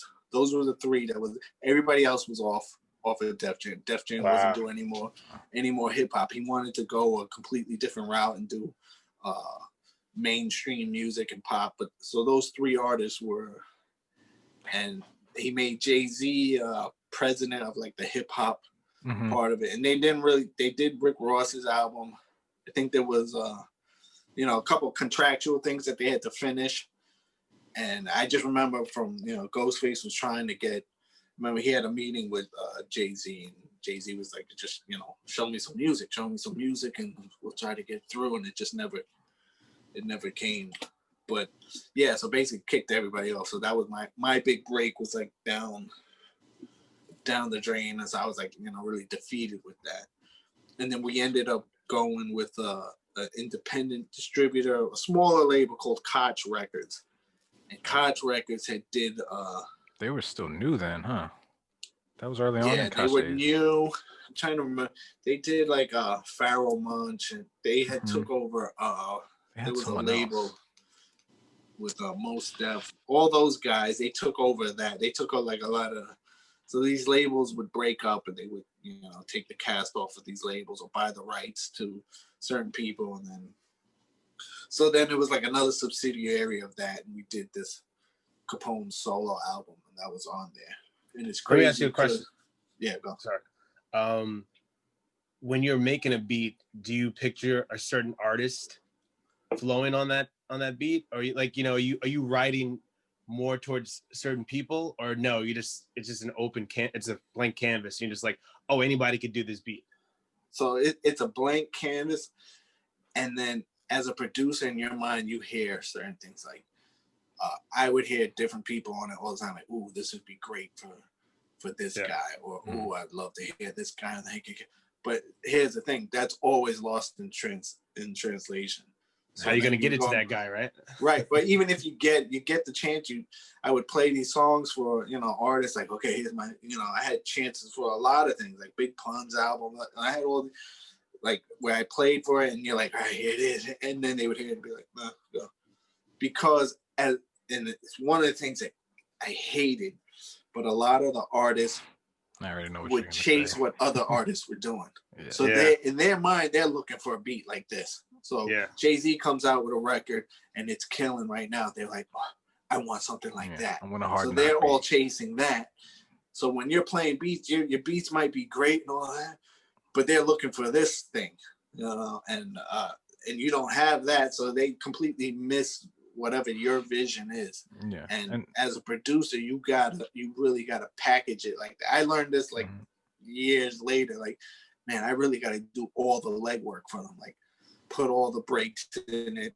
If I could add a chorus to it, do all this thing. So they have to just do the minimal work. Yeah. And then not to mention, you gotta, like, especially with rap music where it's so driven by money and what's gonna make money, you don't always get those creatives that just want to make a song. They don't care about if it makes money. They don't care, like, I want to link up with this producer, let's create something that's cool, nobody heard before.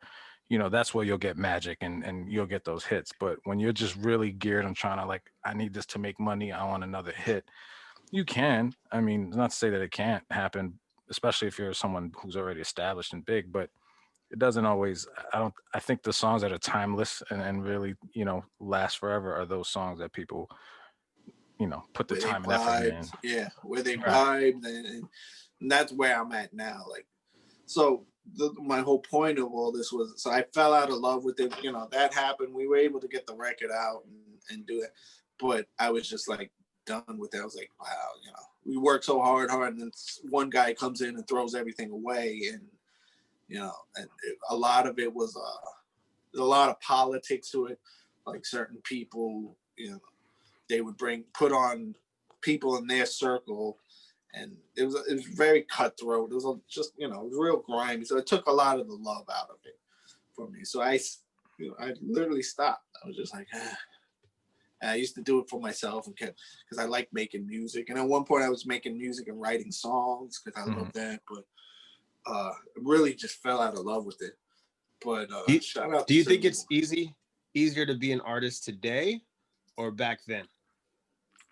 Just in terms of like, you know, if your beat or if your song just happens to, with all the social media we have now, if it just clicks at the right time, it's just like, well, now whereas that's right. It's what I call the great equalizer now, because before why I got out of it was because it was such a small industry. If you know anybody who was in the industry, they all say the same thing. You meet the same people. It's the same people. It's so hard to get into, but once you're in there, it's the same people. Like you know, you've met this guy before doing something else. So it's a small, tight group, and they're very selective. And that's what I'm talking about, where they, you know, people would get in not based off of their talent, but based off because you knew this person or you did favors for this person. And a lot of with the internet and YouTube especially, you bypassed all that. It was, you know what, I don't need you to do that. Here's a chance for me to just do what I was doing, and billions of people can see it. So, but now, so that when YouTube first came out, that's what happened. And you had a couple of things. I remember I took a meeting with the guys from SoundCloud who invented SoundCloud, and what they were trying to do is get a bunch of producers to put their beats on there. And I remember going to the meeting and they presenting all of that. And at the time we were like, oh, yeah, that sounds good. Knew nothing about it. So we never got on board. You know, fast forward, it became a big venue for musicians and producers to put out their music, and where, you know, an internet community can hear this music. And then YouTube, people were putting music on YouTube and anyone could listen to it. So you had artists that were getting famous because of that. Like we talked before, Justin Bieber. Justin Bieber went viral doing he was singing a Chris Brown song, and then he went viral, and then a label picks him up. So there was a lot of artists being picked up that way. Now what you have is there's so much. It's inundated with. So now you got TikTok, you got YouTube, you got all these different venues. So now everybody's competing with each other. So I think it's going to go back to, we need a small group of people to But I mean, and you still kind of maybe do, they pick though. the best talent.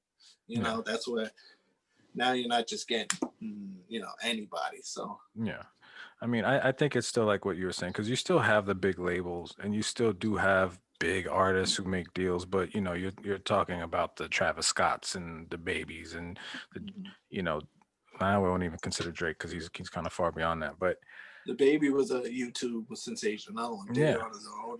And you know, I don't. Soldier Boy doesn't get enough props because he was that Soldier Boy dance. He was the first YouTube to really blow up just off of the internet. He came out nowhere. He doesn't get the props he should, but that was kind of like the beginning of it, you know. Then everybody saw, oh wait, this can be done, and then all the corporations started like, wait a minute, how can we capitalize off of this, you know?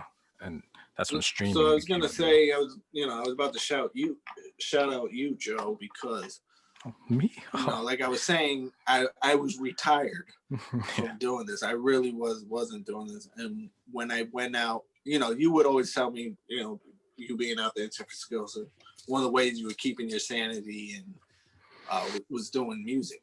And when I went out to see you in Reno for your wedding, and we were, so it's funny because we talked about Reno and your bachelor party last episode. So anybody who listened to that, like in their minds, like, oh, they went crazy. No, literally, we were in a hotel room, and he had his laptop, and he's playing beats to me, and I'm like, man, you know, like, I miss this. I miss making music and building something and watching it grow. And so when I left there, it really put the bug in my brain. Like I was like, oh. So I had started doing music again, started doing beats, and I had to reteach myself a lot of what I was doing, but I started doing it again. and just liking just for my own sanity, for the creative, keep the creative juices going. Right. Just for the love of it again. For the love of it, and just watching something grow and all that, and going back at a lot of my old stuff and seeing it with, listening to it with fresh ears, and like, oh, I can update this and that. Yeah. So I've been doing a lot of that, and then while I'm doing that and getting into it and figuring out how I'm going to do this, then this oh no thing happens where it's viral. So now that's where I'm at now. Like, it's calling you back, bro. Sucking you back. How can I capitalize off of this? I got to put it out there that I'm the oh no guy. I made that beat, and let's see what can happen from that. Yeah, I think too, because we're older than, let's just say, the internet generation. Let's call them that for now, right? We put a lot of boundaries and rules on ourselves because that's how it was back then. You can't do this. You got to know somebody. You can't do this. Younger generation is like, fuck you. I do whatever the fuck I want. I'm me. I'm putting it out there. So I think we need to start embracing that. Evan needs to say, fuck it. I'm the oh no guy. This is my beat. Just shameless self promoting, and that's what it's about. Like, because eventually it's going to get to the right people. You have 1,000 followers, 10,000 followers, 100,000. Eventually, somebody's gonna see that. I mean, shit, Ev's got no followers. I mean, for what it's worth, and his shit's gone viral. So you know what I mean. Just imagine. You never know. You never know what you're gonna do that's gonna make a difference or touch people a certain way. Because you can manifest things that happen. I really truly believe that you can put things in the ether and make it happen, but it doesn't happen without the work.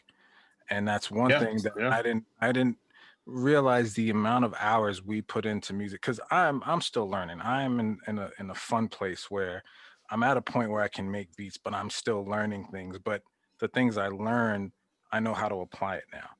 You know what I mean? As before, I was fucking lost. Ev will show me something, and then I would just take little bits and pieces that I could retain, and he would show me, because I didn't have the natural talent that he has. He can make melodies on a keyboard, and I got to work around that and figure out how I can do it, that a way that would work for me. But to just be able to sit here and do that, like, I'm happy with that, but I'm still learning, and I'm not at that place yet where I feel like I've made it. Like I'm like, to what I was saying before, like, I can't take myself seriously if I say I'm a producer. You know what I mean? Like, I just like, I just can't. Never been paid for it. I you know what I mean? Even though I've made songs with people, we've made our own songs, make beats, but I put, there's a bar up here that I set for myself, and I don't feel like I'm anywhere near it. But I'm cool with that though, because it's like right now it's fun. It's still fun. I enjoy it, and we're moving forward. We're putting in that work. We're doing the grind and just enjoying. For my show. After Hours of Row, selfish plug right there. On Instagram. Yeah, you made a beat. I have to find it again now, but it was somebody asked me about that. That's funny. Yeah, somebody asked me. Was it the Cameras Need Love? No, the intro for the After Hours of Row. Yeah, Colin was here this weekend, and he was asking me. Shout out to Colin. Yeah, no, we gotta get him on the show. Yeah, he was asking me about After Hours of Row. It's like, man, Row needs something in the beginning. I was like, yeah, we had the song. He's got to find the song. That was the while the room fills, you listen to that. Yeah. So now I have a phone. Now I have two phones again. So now I got a new phone. So now I will have that back on. But I remember my point being, bringing that up, is that I gave you a feeling of how I wanted the song to be. And when I tell you, not only did you understand what I was doing, but you added into, and I was like, oh, okay. I was like, I didn't expect that, but I like it. I like it. And it was just a great after, and you whispered low, and it was perfect. I was like, this is good. All right. You made the song. It's funny. I think I sent it to you, Joe, but I was listening to it at work on yesterday, and it just randomly came on. But there's a song that me and Joe did, and we got to do something with it. But it was like a mock rock song, like a ballad, like a power ballad, from the 80s. And I was listening to it again with fresh ears, and I'm like, I remember I did it all on a synthesizer, so it was all, there's no but it literally sounds like a heavy metal rock band. Yeah. And we're doing like English voices. It's hilarious because I'm cracking up as I listen to it. But yeah, just that process of building a song, and so I'm listening to it. I'm like, man, this is good. Like, not a lot of people can do this. There's only a small select few that we can were do using things our Hello Cleveland voices. Yeah. You guys do the best accents, by the way. Oh yeah, definitely. Might not be pretty. That's a line from the song. That's what he says in the Might song. be pretty. Okay. So yeah, we gotta find a way to get that out to people, because for one, it's hilarious, but two, it's also good. Like, you'd be like, you guys did that if you heard it. So I had wanted to ask you guys, like, and I think I've asked it before, but I like asking what do you want to be when you grow up questions. Like, so where do you guys see yourself professionally or dream wise? Like, what is the Evan, dream I'm that 50 you're years chasing? old, Evan. What do you Same here. What do you mean? Same here. But when you stop chasing your dreams, 65 years old. Hey, Morgan Freeman that's didn't a scary start thing. till he was 82. So Yeah, same way. Rodney Dangerfield didn't start until his 50s. So what do you? And I always say it's great to have hope. You gotta have hope, because once if you have no goals or anything that you're trying to achieve, then it's sad. Like, that's when you stop living. So what do you guys, what do you want to be? What do you want to, if you could snap your fingers and be like, this is what I do, whether it be make money or just to live, what is it that you guys want to do? If you could do anything that you want. And I don't mean like, don't say I want to be an astronaut. Like, talking about, attainable, but wow. Why are you shooting down astronaut? Okay, if you want to be an astronaut, one. Damn.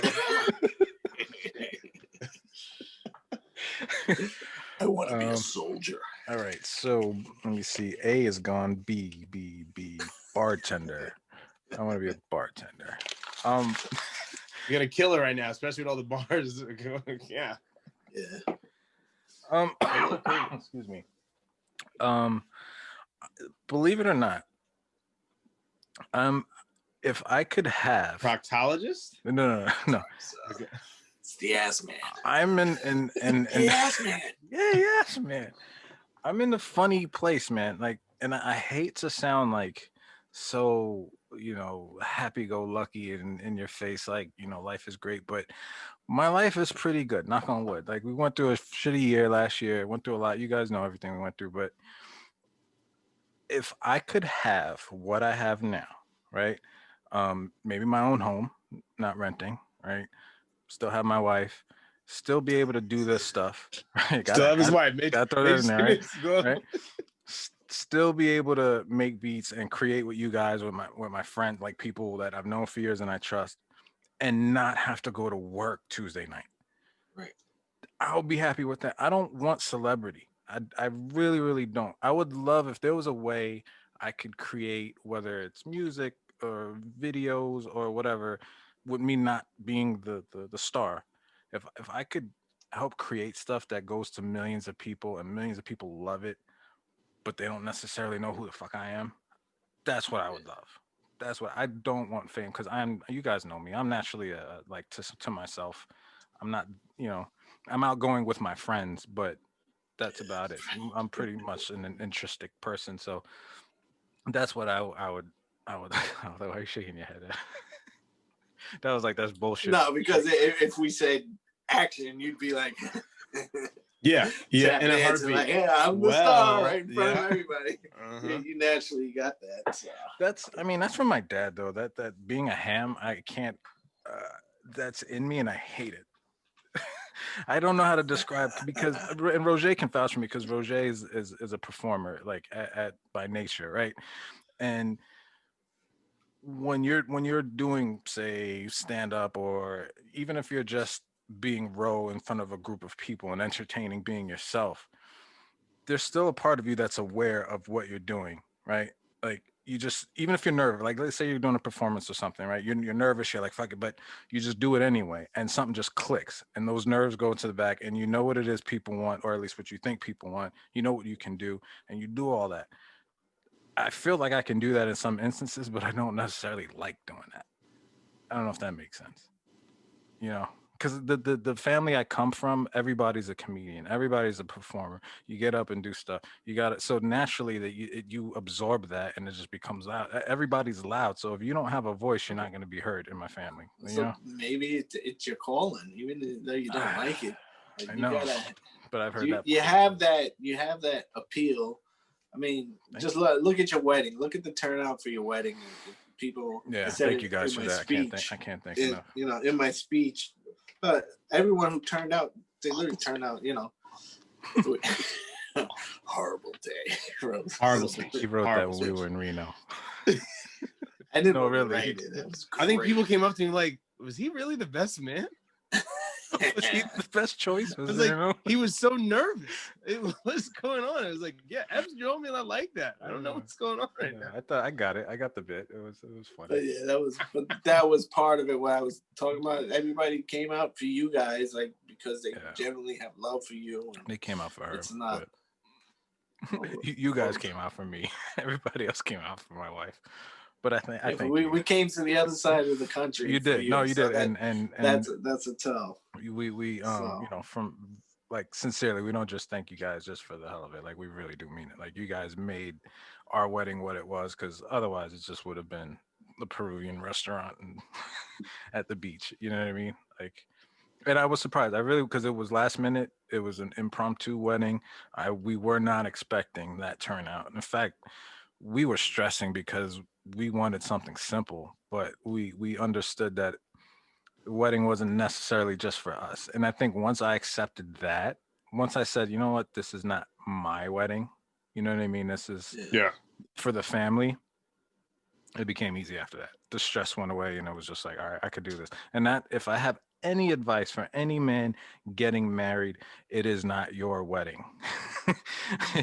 Just if you can remember that and just go with the flow, try to make her life as easy as you can and just not get in the way, you'll have a great time. That's just my advice to you guys. You know, Nick, if you're listening, Nick, you have no options.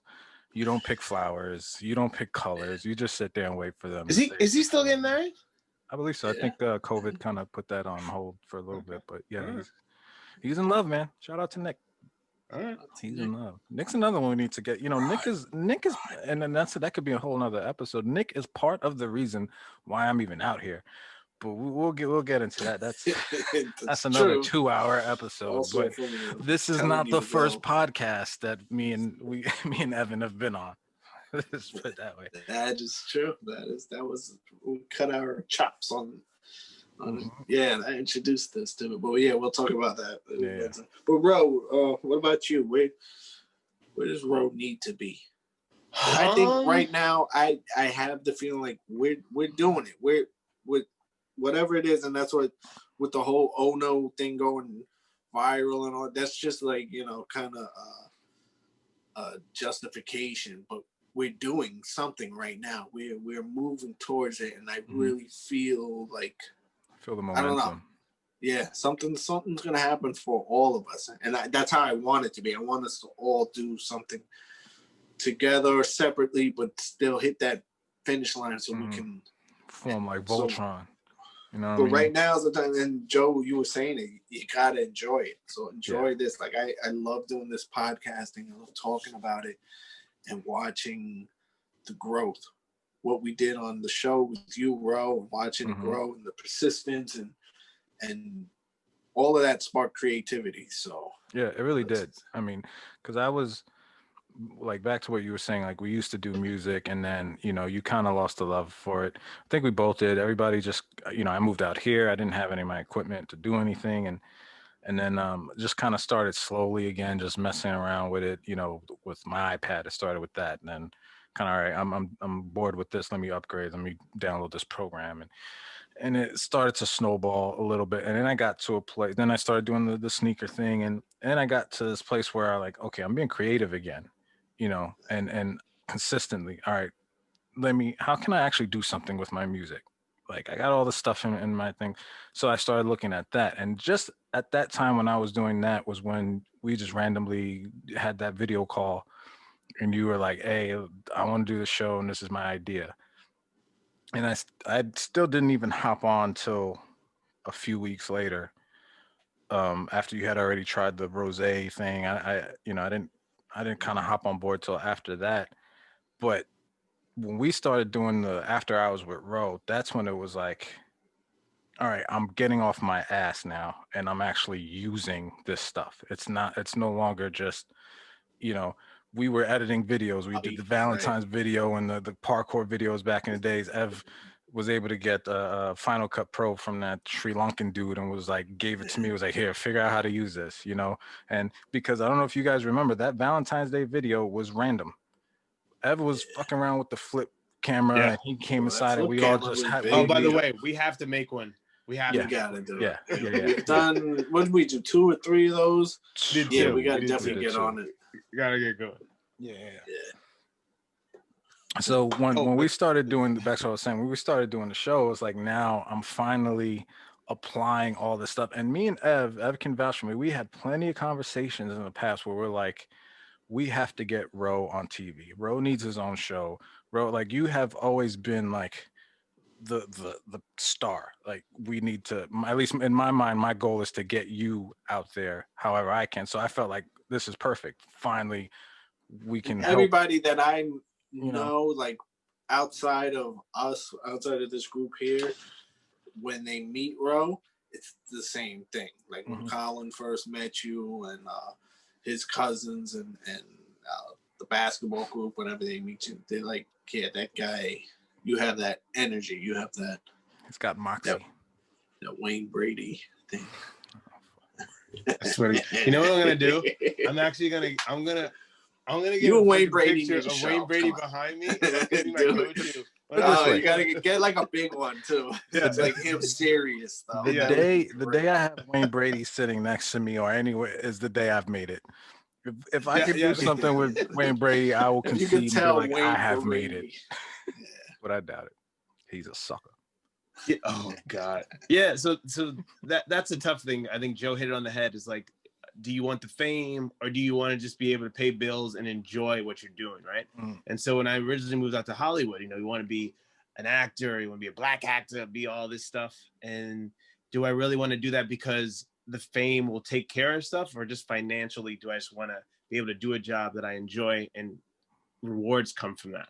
So starting, I think COVID has helped everyone. I mean, I've rest in peace for people that lost family members and stuff like that. But overall, in terms of being creative and doing something, before we were just these people on the phone. Now you're seeing talent and people using those talents in all different ways. So I thank you guys because, people would laugh and be like, you guys are really like having meetings. I'm like, yeah, we're having meetings for a show we don't get paid for. And everybody's just putting the time in. So I always take my hat off to you guys, like putting the time in of your day, because we all have other jobs on top of this. And so right now I'm doing 3 shows. I was like, I have 4 jobs right now. I only get paid for 1. So I guess the thing for me would be if I could do this and get paid for it, and it paid like the bills of my other job, that my actually real. So that would be the goal, and where you can still have fun. And you want to bring, I thought about this, like, and I don't think it's silly to think like that, but I was like, oh man, what if After Hour Rose gets picked up? And I was like, oh, I could see you guys being producers and this and that. I was like, I got my whole squad now. We move out to wherever, move everybody out, get the houses, everything's paid for. And we just start this show and it'll take off. And I started thinking about Tom Green. He did his show in his basement. Like I was like, oh man, our kids in the hall back in there was like all these kind of, I was like, oh, that could be us. And maybe it'll work. But I was like, people have kids and family and stuff. But no. You never know. You just never know. So like I said, I learned something new every day. Even listening to you guys' podcasts as well. I mean, Joe, you have a great voice on with you and the other Joe, the Eric. Ordinary Joes. Eric, Yeah. Thanks. So you guys have a good voice. So I'm learning about using my voice, but also now I have a mic, so maybe my voice sounds a little better. How you doing? Sound ladies? great, by the way. Yeah, You you sound sound great. great. You're You know gonna what hear I'm you're, saying? you're gonna hear Yeah. the difference You and be know, like, oh man, that's what I do. It's So like imagine velvet. if I had that all You know, day. You know, it's what like I'm a mix saying? between Fergie and Jesus. There you go. Oh. Anyway, Fergie and Jesus. I don't even know what Jesus sounds like. Just like But that. anyway, Sounds like you, bro. it's Sounds like you. and then Ev, you know, you were the first to go out there and be like, yo, I got an idea. I'm gonna wear a costume. I'm gonna be the guy who does sports. And I was like, okay, this is a crazy idea. But then learning from you as well, you're like, oh, okay, that makes sense. Let's do it this way, cut it, edit, and then put it together. And sometimes I'll just wing it. But we actually put the time in and we actually made it work. Yeah. And so minus my one F up that destroyed the whole entire band. Yeah, that's it. But look where it got us. I mean, that's what we I'm finally saying. did the pod. You gotta just, you know, it don't kill you, it makes you stronger. So yeah, through all this stuff, I've just come to realize sometimes you just gotta do it. I've always been so worried about over preparing and it's gotta be perfect before I do it. And then fear is fear, yeah. And now it's just the more we just do things, just fucking do it and fix it up as we go. I'm taking that and doing and applying that to other stuff outside of just, you know, the creative stuff, just my regular everyday life. Now I'm like, well, fuck it. Let me just do it. You know, just remember, I started a show. It was called Rose with Roger, and that was god awful. And it was. You can do anything. It was.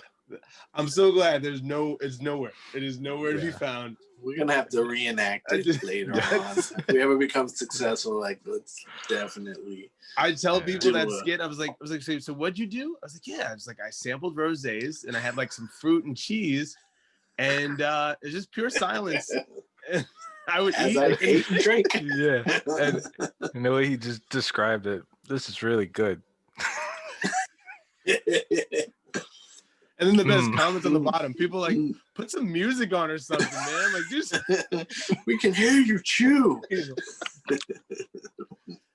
I never thought about, like, you know, when you watch these shows, I forgot it's pre-recorded, right? So I didn't, because they add the music and all that stuff in there. So I was like, I'm live. I have to do this live. Oh, this is why this doesn't work. Oh, that makes sense now. Like, but I couldn't visualize it first. But then there were some people that were serious. So what kind of wine was that, bro? And I was like, really? You're like looking at the bottle, like exactly. I'm like, I don't know. It's a rosé. Was it Wallbaum's? It was, bro. And sometimes I would look up where it's from, like, you know, the west side of France, and, you know, the grape is only, I was like, I don't know what fucking any of this fucking means. This is made from grapes. Yes. That's how they make wine? With grapes. I thought it was roses. That's what rosé, no? Anyway. Yeah, but I just want to add to what you guys are saying, because like I've seen a lot of people, you always hear about the struggle. So you'll hear about actors or musicians, people who've made it, and they always talk about the struggle. You know, you got to put in the work, you got to do this. And what I don't think people understand is what the struggle actually is, as far as, so if you're trying to make it as a musician, you know, you're going to work. You're going to put in the work as a musician. You're going to do what, you know, the hours that it requires for you to become professional and do it because you love it and that's what you want to do. Mm-hmm. That's not the struggle.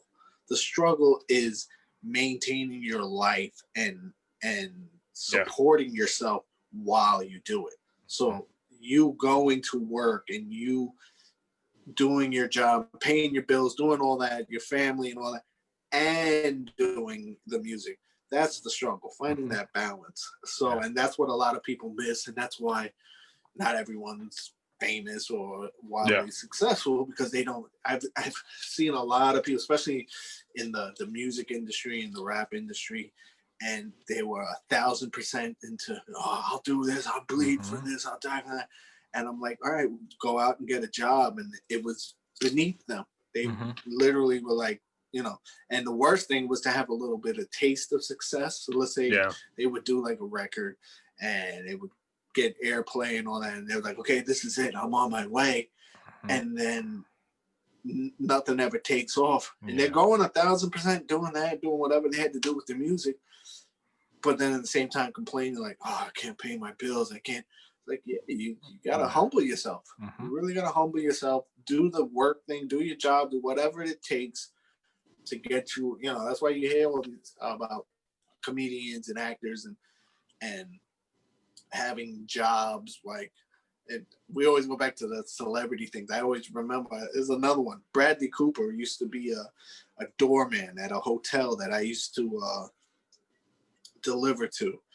When I was a courier, and I used to deliver there, and Bradley Cooper was the doorman. And I'll never forget, there was one time I came and I had this huge, what do you call, hand truck full of giant boxes.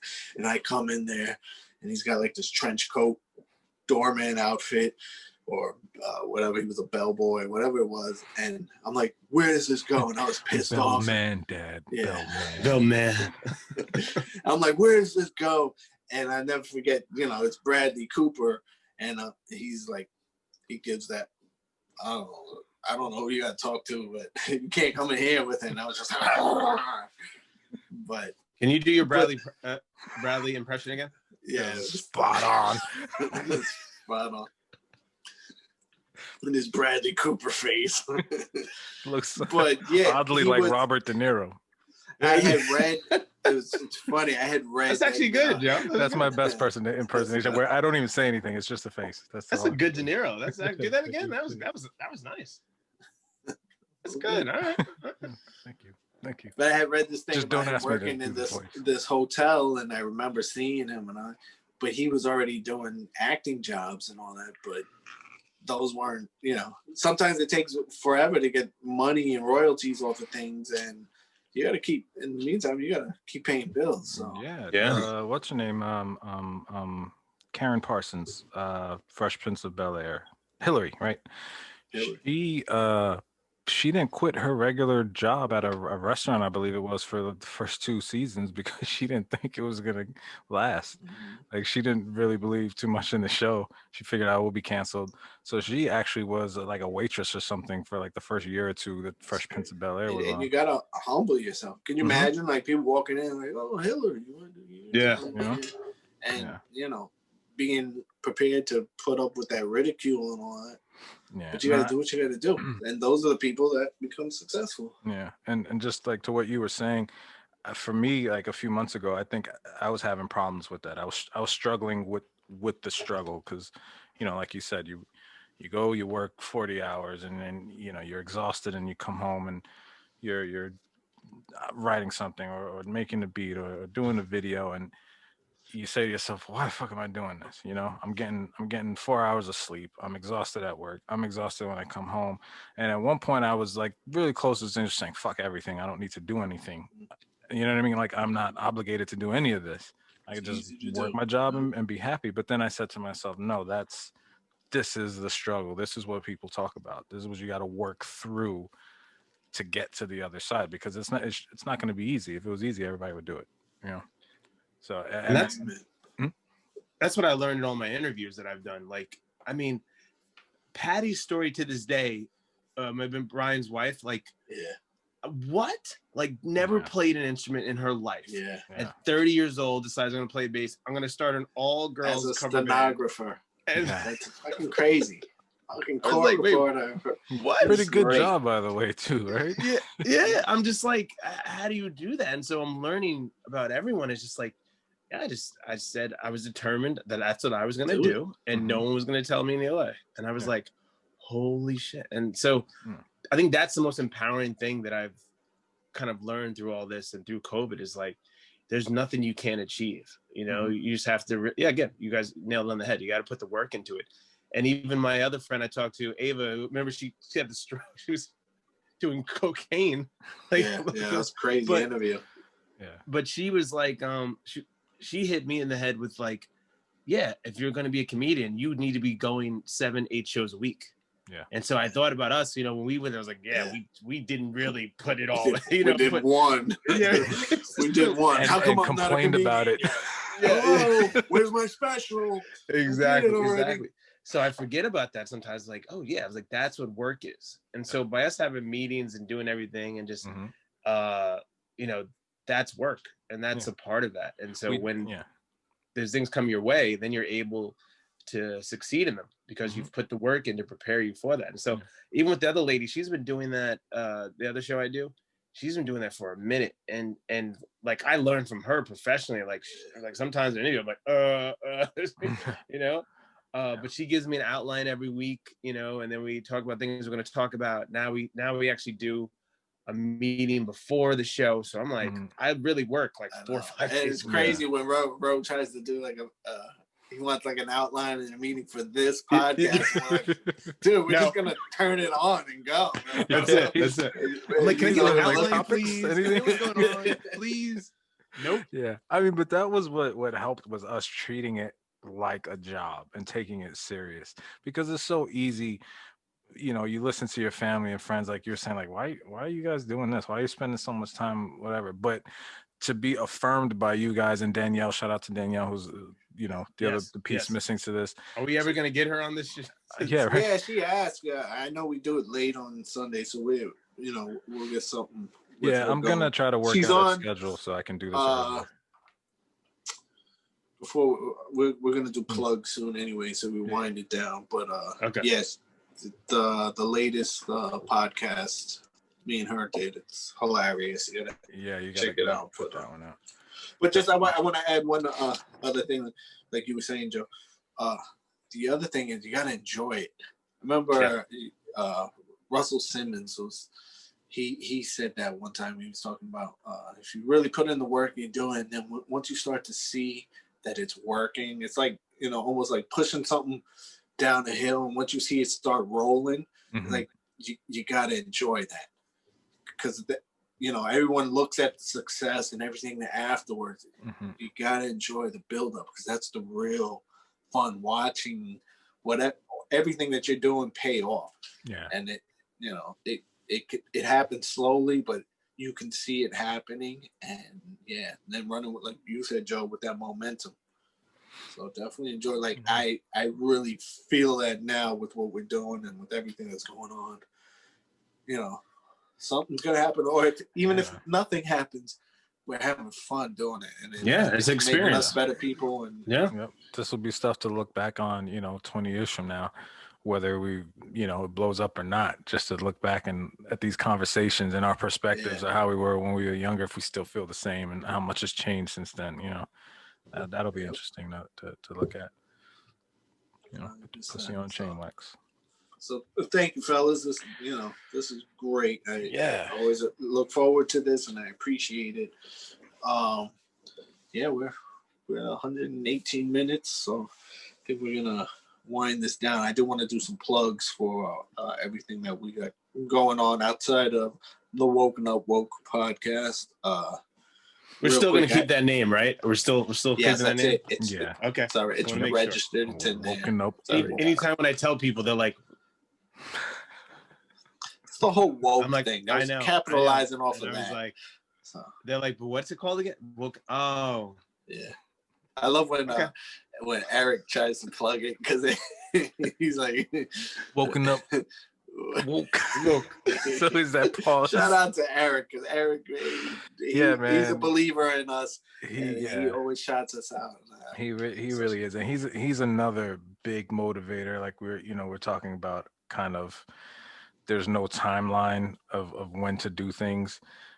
He's been, from at least 6-7 years ago, was always like, man, we got to do something together. Eric used to do radio back in the day, so he's always kind of had that love, and same like us. You're creative. I need that outlet. He's also a photographer, really good photographer, by the way, too. And so does he do nudes? Not yet. At least I don't know. Gay I don't know. nudes. That might be something. Okay. for Ask free. him on your show when you guys do the show. Hey, by the way, when you do nudes. Could you do me? I'm just Yeah. kidding.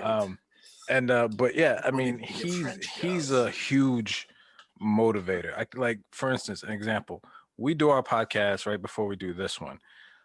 I got within the first 20 minutes of us starting, I got a text, podcast is up. So when I get off of here, I can go on and you know what I mean? He is just on top of it. The man's got 2 kids, wife, job, and he was doing daily vlogs on his way to Yeah. work. Go on YouTube and look up Eric Yeah. B's daily vlogs, and was videoing and editing every day. He may had some days where he skipped, and just the consistency that this guy has and just does not quit. It's a big motivator. So shout out to Eric, because he's, he does all the post production for our stuff, which, like I said on the last episode, kind of lets me be able to do some stuff here, so we're not all kind of slammed doing stuff.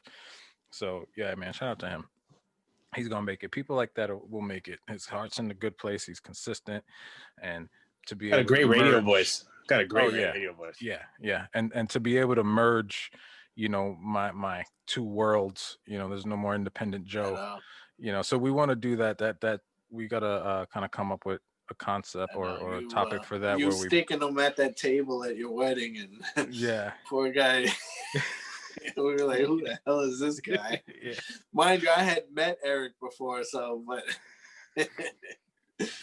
just sitting yeah. randomly. I was like, oh, I guess we had an extra seat at our table. Yeah. Who's this guy? Yeah. But yeah, so we want to do though Ordinary Joe's Woken Up Woke podcast crossover and get all of us and so that'll be Anytime fun. we could do it for either one. So like if Eric ever wants to get on this, let's do it, and vice versa. And I mean, honestly, I think we could just do one podcast and just put it on both platforms on Woken Up. I think we should do it. Come with a topic for 4 of us, right? That's the only thing we need to do is come up with something that'll work for all 4 of us, and whoever else wants to hop on. I still want to get Dre, Nick, Colin. We aren't the only part of the Woken Up Woke group. There's other guys, but trying to get. So the idea with what Colin was here this weekend, and one of the reasons I had texted you, Joe. So I want to do a podcast with the 3 of us, or anybody could be on it. But I do want to talk about our Puerto Rico trip and how that was. Oh yeah, fuck yeah, that was a fun trip. That was a memorable trip. Yeah, a lot of good stories. We could talk about trips and vacations or odd vacations that turned out. Yeah, oh show. Yeah, that's a good one. I'm with it. Oh shit. So yeah, so Joe, I want to go. Really? I'm surprised. That is right there. I think it's too basic. That's why. Is it? Well, I mean, I don't mean to offend everybody in Puerto Rico, but what I mean is people in New York tend to go to 2 places, Miami and Puerto Rico, for vacation. And when you who kind of like expanded your traveling and gone all over the place, I would assume, that's just too simple. Like, I'll get to it eventually. It's too close. I'm going to Austria or Iceland, or you know what I mean? But I still am surprised you've never been to Puerto Rico though. Yeah. That should be a trip, and we could do a podcast from there. I would love to do a podcast. Ooh, a podcast from Puerto Rico or live? Oh, that's nice. All right. Get dead. We do a strip. So real quick, Vegas. So that was that's what you guys, when we were talking about dreams and all that, that's up there. I would love to, take the show on the road and do and take those experiences as we're like in another city and incorporate that into podcasts. So I would love to get paid to do this. Yeah, because there are people getting paid to do this, paid well. Yeah, man. So I would like Joe Buttons. If we can do 2 weeks, I would like a 2-week travel. 2 weeks. Everybody take off 2 weeks, and then we just drive. When COVID, if it ever dissipates. Yeah. But we'll pick some cities to stop at and do a live. That'd be actually fun. Yeah. And we have the equipment about for the cities. Yeah. Yeah. But so Joe, you got the Ordinary Joe's podcast. You guys did one right before this. What are you guys talking about? Yeah, we did one. What the hell did we talk about? Oh, we started talking about video games. Probably is going to be another multiple part show. We started with the early days, Atari, a little bit before that. Next episode we'll be moving up to Nintendo, Super NES, Sega, that generation. But we tackled kind of like 70s, 80s video games, and it's pretty interesting. Learned a few things from Eric and him from me about kind of video games because he's again older, so he got to experience a lot of the stuff in arcade form before it kind of crossed over to platforms and things. So yeah, check it out. Ordinary Joe's podcast is up right now on YouTube, Spotify, Google, Apple, all that good stuff. And catch us on Instagram for updates. Nice. And bro, you got your last show, the interview was canceled or postponed. So Yeah, so we're gonna try to make up that interview. But I'm back though with a friend of mine. Her name is Fallon Mercedes. The post is up. This is like the second person I've had with a car name in there. Yeah. I had Ben's, the dancer guy. yeah. So, yeah, that's funny. Anyway, so she is a trainer / nutritionist / interviewer as well. So she did a fit challenge. It was crazy. The show where you gained 45 pounds. It was percentage. So she gained 45 pounds as a trainer and had to lose the 45 pounds. Wait, fit to fat to fit? Yeah. She Oh, was I in Fit love to that Fat to Fit. show. That was fucking great. Sorry. Wow. All right, buddy. Going on. No, because like these people a really nerd, put themselves yo, up yo. on that show. Like you have real health nuts that were like, "Hey, Yeah. man, burgers ain't so bad." When all is said and done, Bro, she was telling me, man. I was watching like the original show when she did it, and she was like, "It's still fucking me up to this day."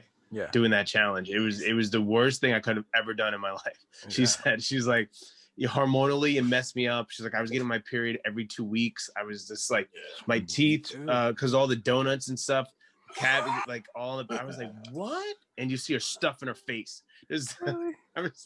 She's and quitting. so she's like, yeah, fucking donuts gunk. yeah. Some We're other talking about dude quitting. one dude quit because his heart just couldn't take it, so his doctor said quit. Another girl just lost her mind, like mentally was just gone. And so it was interesting talking about that. And it's gonna be a little more serious show, kind of like an Oprah moment in a way, in terms of like a serious topic, childhood obesity. And she's working with that right now and kids and stuff like that. So it's very interesting. A lot of parents nowadays. I was asking her, are they spoiling kids nowadays? Because we didn't have that when we were kids, or she feels it's more that parents aren't educated enough about what they're putting in their kids' bodies. And all of a sudden, not a lot of families cook, as much as they used to. This is true. Because everybody's on the go doing like a million things. So it's going to be interesting to see that. And then I have, that's 8:00 tomorrow, After Hours with Ro. And I have blackfilms.com. We're actually doing the Mandalorian reviews. So that'll be interesting. I don't know if you've caught up with Mandalorian. I'm caught up. I haven't watched it. Okay. It's something that's been on the back burner, but are you talking about that tomorrow? Thursday. That's Thursday on blackfilms.com. That's on Facebook. Okay. And then, we do this show. That's it. Yeah. Cool. Noise. Got the damn, I be forgetting the name. We got the no more lies podcast. No with a K, KNOW. Both episodes are up. We have the first one. I'm going to talk about Bigfoot. Dr. Joe Diaz is on that show. It's great, very informative. There's a Instagram page for the show, and it's actually picking up steam because of the Bigfoot. So there is a whole culture and subculture of Bigfoot enthusiasts, and they've caught on to that, and I'm getting a lot of new followers for that. Then have you listened to that yet, Ro? You gotta catch that. No, I gotta listen to that. It's good stuff. Yeah. It's available on every platform now except YouTube. There is no video with it, so right now it's just audio. And then the second episode, which I haven't started promoting, but it is out and available with Dr. Yelly Bear. It's on there. We talk about coronavirus and all the facts and non-facts, and Nice. yeah, that one is hilarious too. Yeah, 'Cause actually, she's actually a nurse, so yeah, she she's kind of draws from that. But yeah, yeah, I actually forgot one more. My solo audio only podcast, Man, a Few Words. Probably about Wednesday, I'll have my new episode. I'm reviewing Busta Rhymes' new album, Oh, it's Extensions of great. Event It's 2, great. which is amazing, but I'll get into that. I want to nice. go through every song, dissect it, give my opinion on it, but I can already tell you right now, I love it, and I think it's probably gonna be one of the best albums of this year. Yeah, he did it pretty smart. He started the little like conversation with Ti, and didn't even matter because like Trump getting out of office and his out, it's just like it's perfect. Yeah, How he set it yeah, up. It's yeah. amazing. And it's a good album. It's not just a bunch of songs. It was Yeah. you can tell it was thought out. It has flow. Although I don't think there's you need to do meaning. 22 songs though. No, I could have done but 12. It could have been 12. 12, Yeah, but 12 hot songs though. It could have been 12 hot songs. he for sure could have edited, and there's a few songs I feel like didn't have to be on there, but didn't kill it to be on there. But even with it being 22 songs, I listened to the whole thing straight through, and it doesn't feel like 22 songs. Yeah, it's not an annoying 22 Right. because the skits are just amazing. They're beautifully well put together, and the flow is just it's great. It's like if you miss old school hip hop and you want a new little flavor, that's it. Thank you, Bust the Bus. And I'll be doing more of those. Also gonna be doing the Nas album too, which is another dope album. If you haven't heard it, I have not. to that Okay, one. I'll check it out. I think you'll appreciate that one too. It's a good space in music right now, I think, in rap music. I think a lot of the artists from our day are realizing, hey, I don't have to hang it up just because I'm 50 years old. Look, I got a beat I did 15 years ago that is now relevant. So yeah, just goes to show. Never know. Never too late. We'll play that as we head out. So Woken Up Woke. Thank you everyone if you're listening. We enjoyed doing this. Hope you're listening. Drop us comments either on Instagram or you can email us at wokenupwoke@gmail.com. Let us know if you hate us, if you love us, things we can talk about. Ooh, we can get fan mail? Input. Oh yeah, I would love to have fan mail. Yeah. Hey, maybe I'll get a proposition from the same sex. No, just kidding. Don't email me or DM yes, me. Please proposition us. What is the we email want again? any mail. We're not what's the getting email anything. again? It's wokenupwoke@gmail. wokenupwoke@gmail.com. Okay. Yeah, or you can the Instagram page is Woken Up Woke. DM us, send us your thoughts, your measurements. Ro is single. Yeah. Ready to mingle. Okay. So yeah. So let's. What up, girl? Go. How you doing, girl? See, look at that. Oh man. She's got a That's fedora. so much better. That's You know what I'm saying? move over Billy D. Yeah. It's late night, but it's the right night. You know. See, if you would have had that, Mike, the rose thing probably would have worked. Oh yeah. So you would just like, Yeah. Rose, Rose. Peace. All right. all right. Thank y'all. you, guys. Playing the Oh No beat. Yep. Peace. Peace.